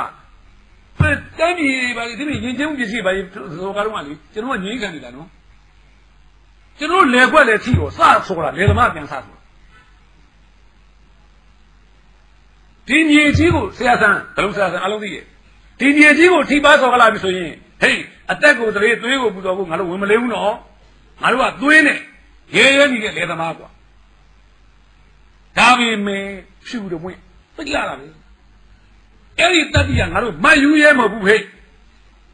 ဖြူစင်မှုကိုအခြေခံထားတယ်မလိမ်ဘူးမညာဘူးမခိုးဘူးကွာဟာလာလိုက်တာဒီလေဆောင်တဲထဲမှာရှိတဲ့လေသမားရဲ့စိတ်ဓာတ်ကိုဒီကြပွန်လေးကပြောပြတယ်ဆိုရင်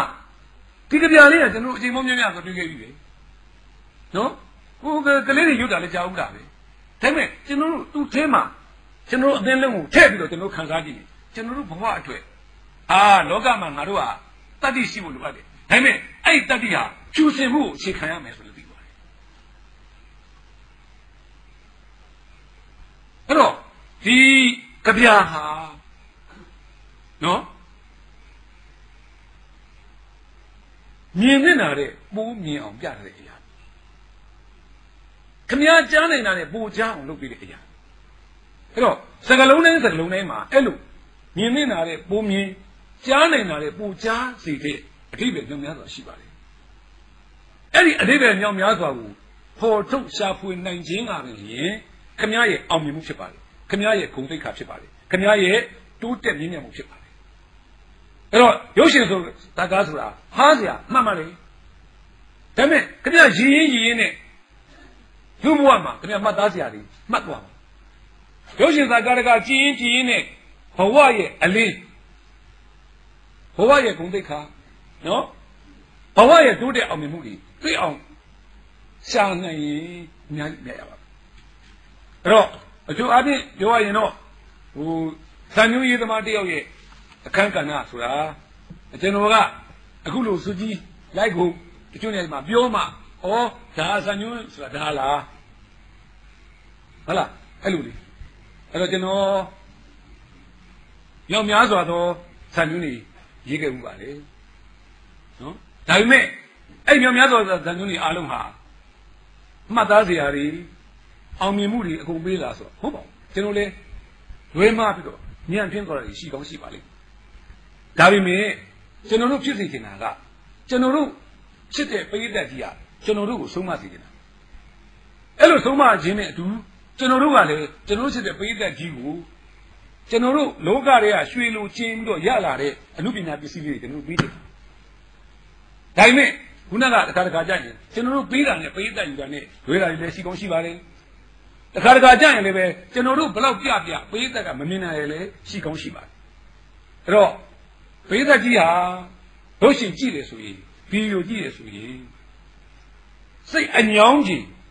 စိတ်အပန်းပြေဘဝနေစိတ်လေးချင်ခံလုပ်တဲ့တနည်းအားဖြင့်မိမိကိုမိမိမြင့်တင်နဲ့ရအောင်ယူတတ်တဲ့မျက်လုံးမျိုးအသင်းလုံးနဲ့ကြည့်ပေးပါလို့ရေးရရခံရင်ဒီကုန်းချုပ်ပါတယ်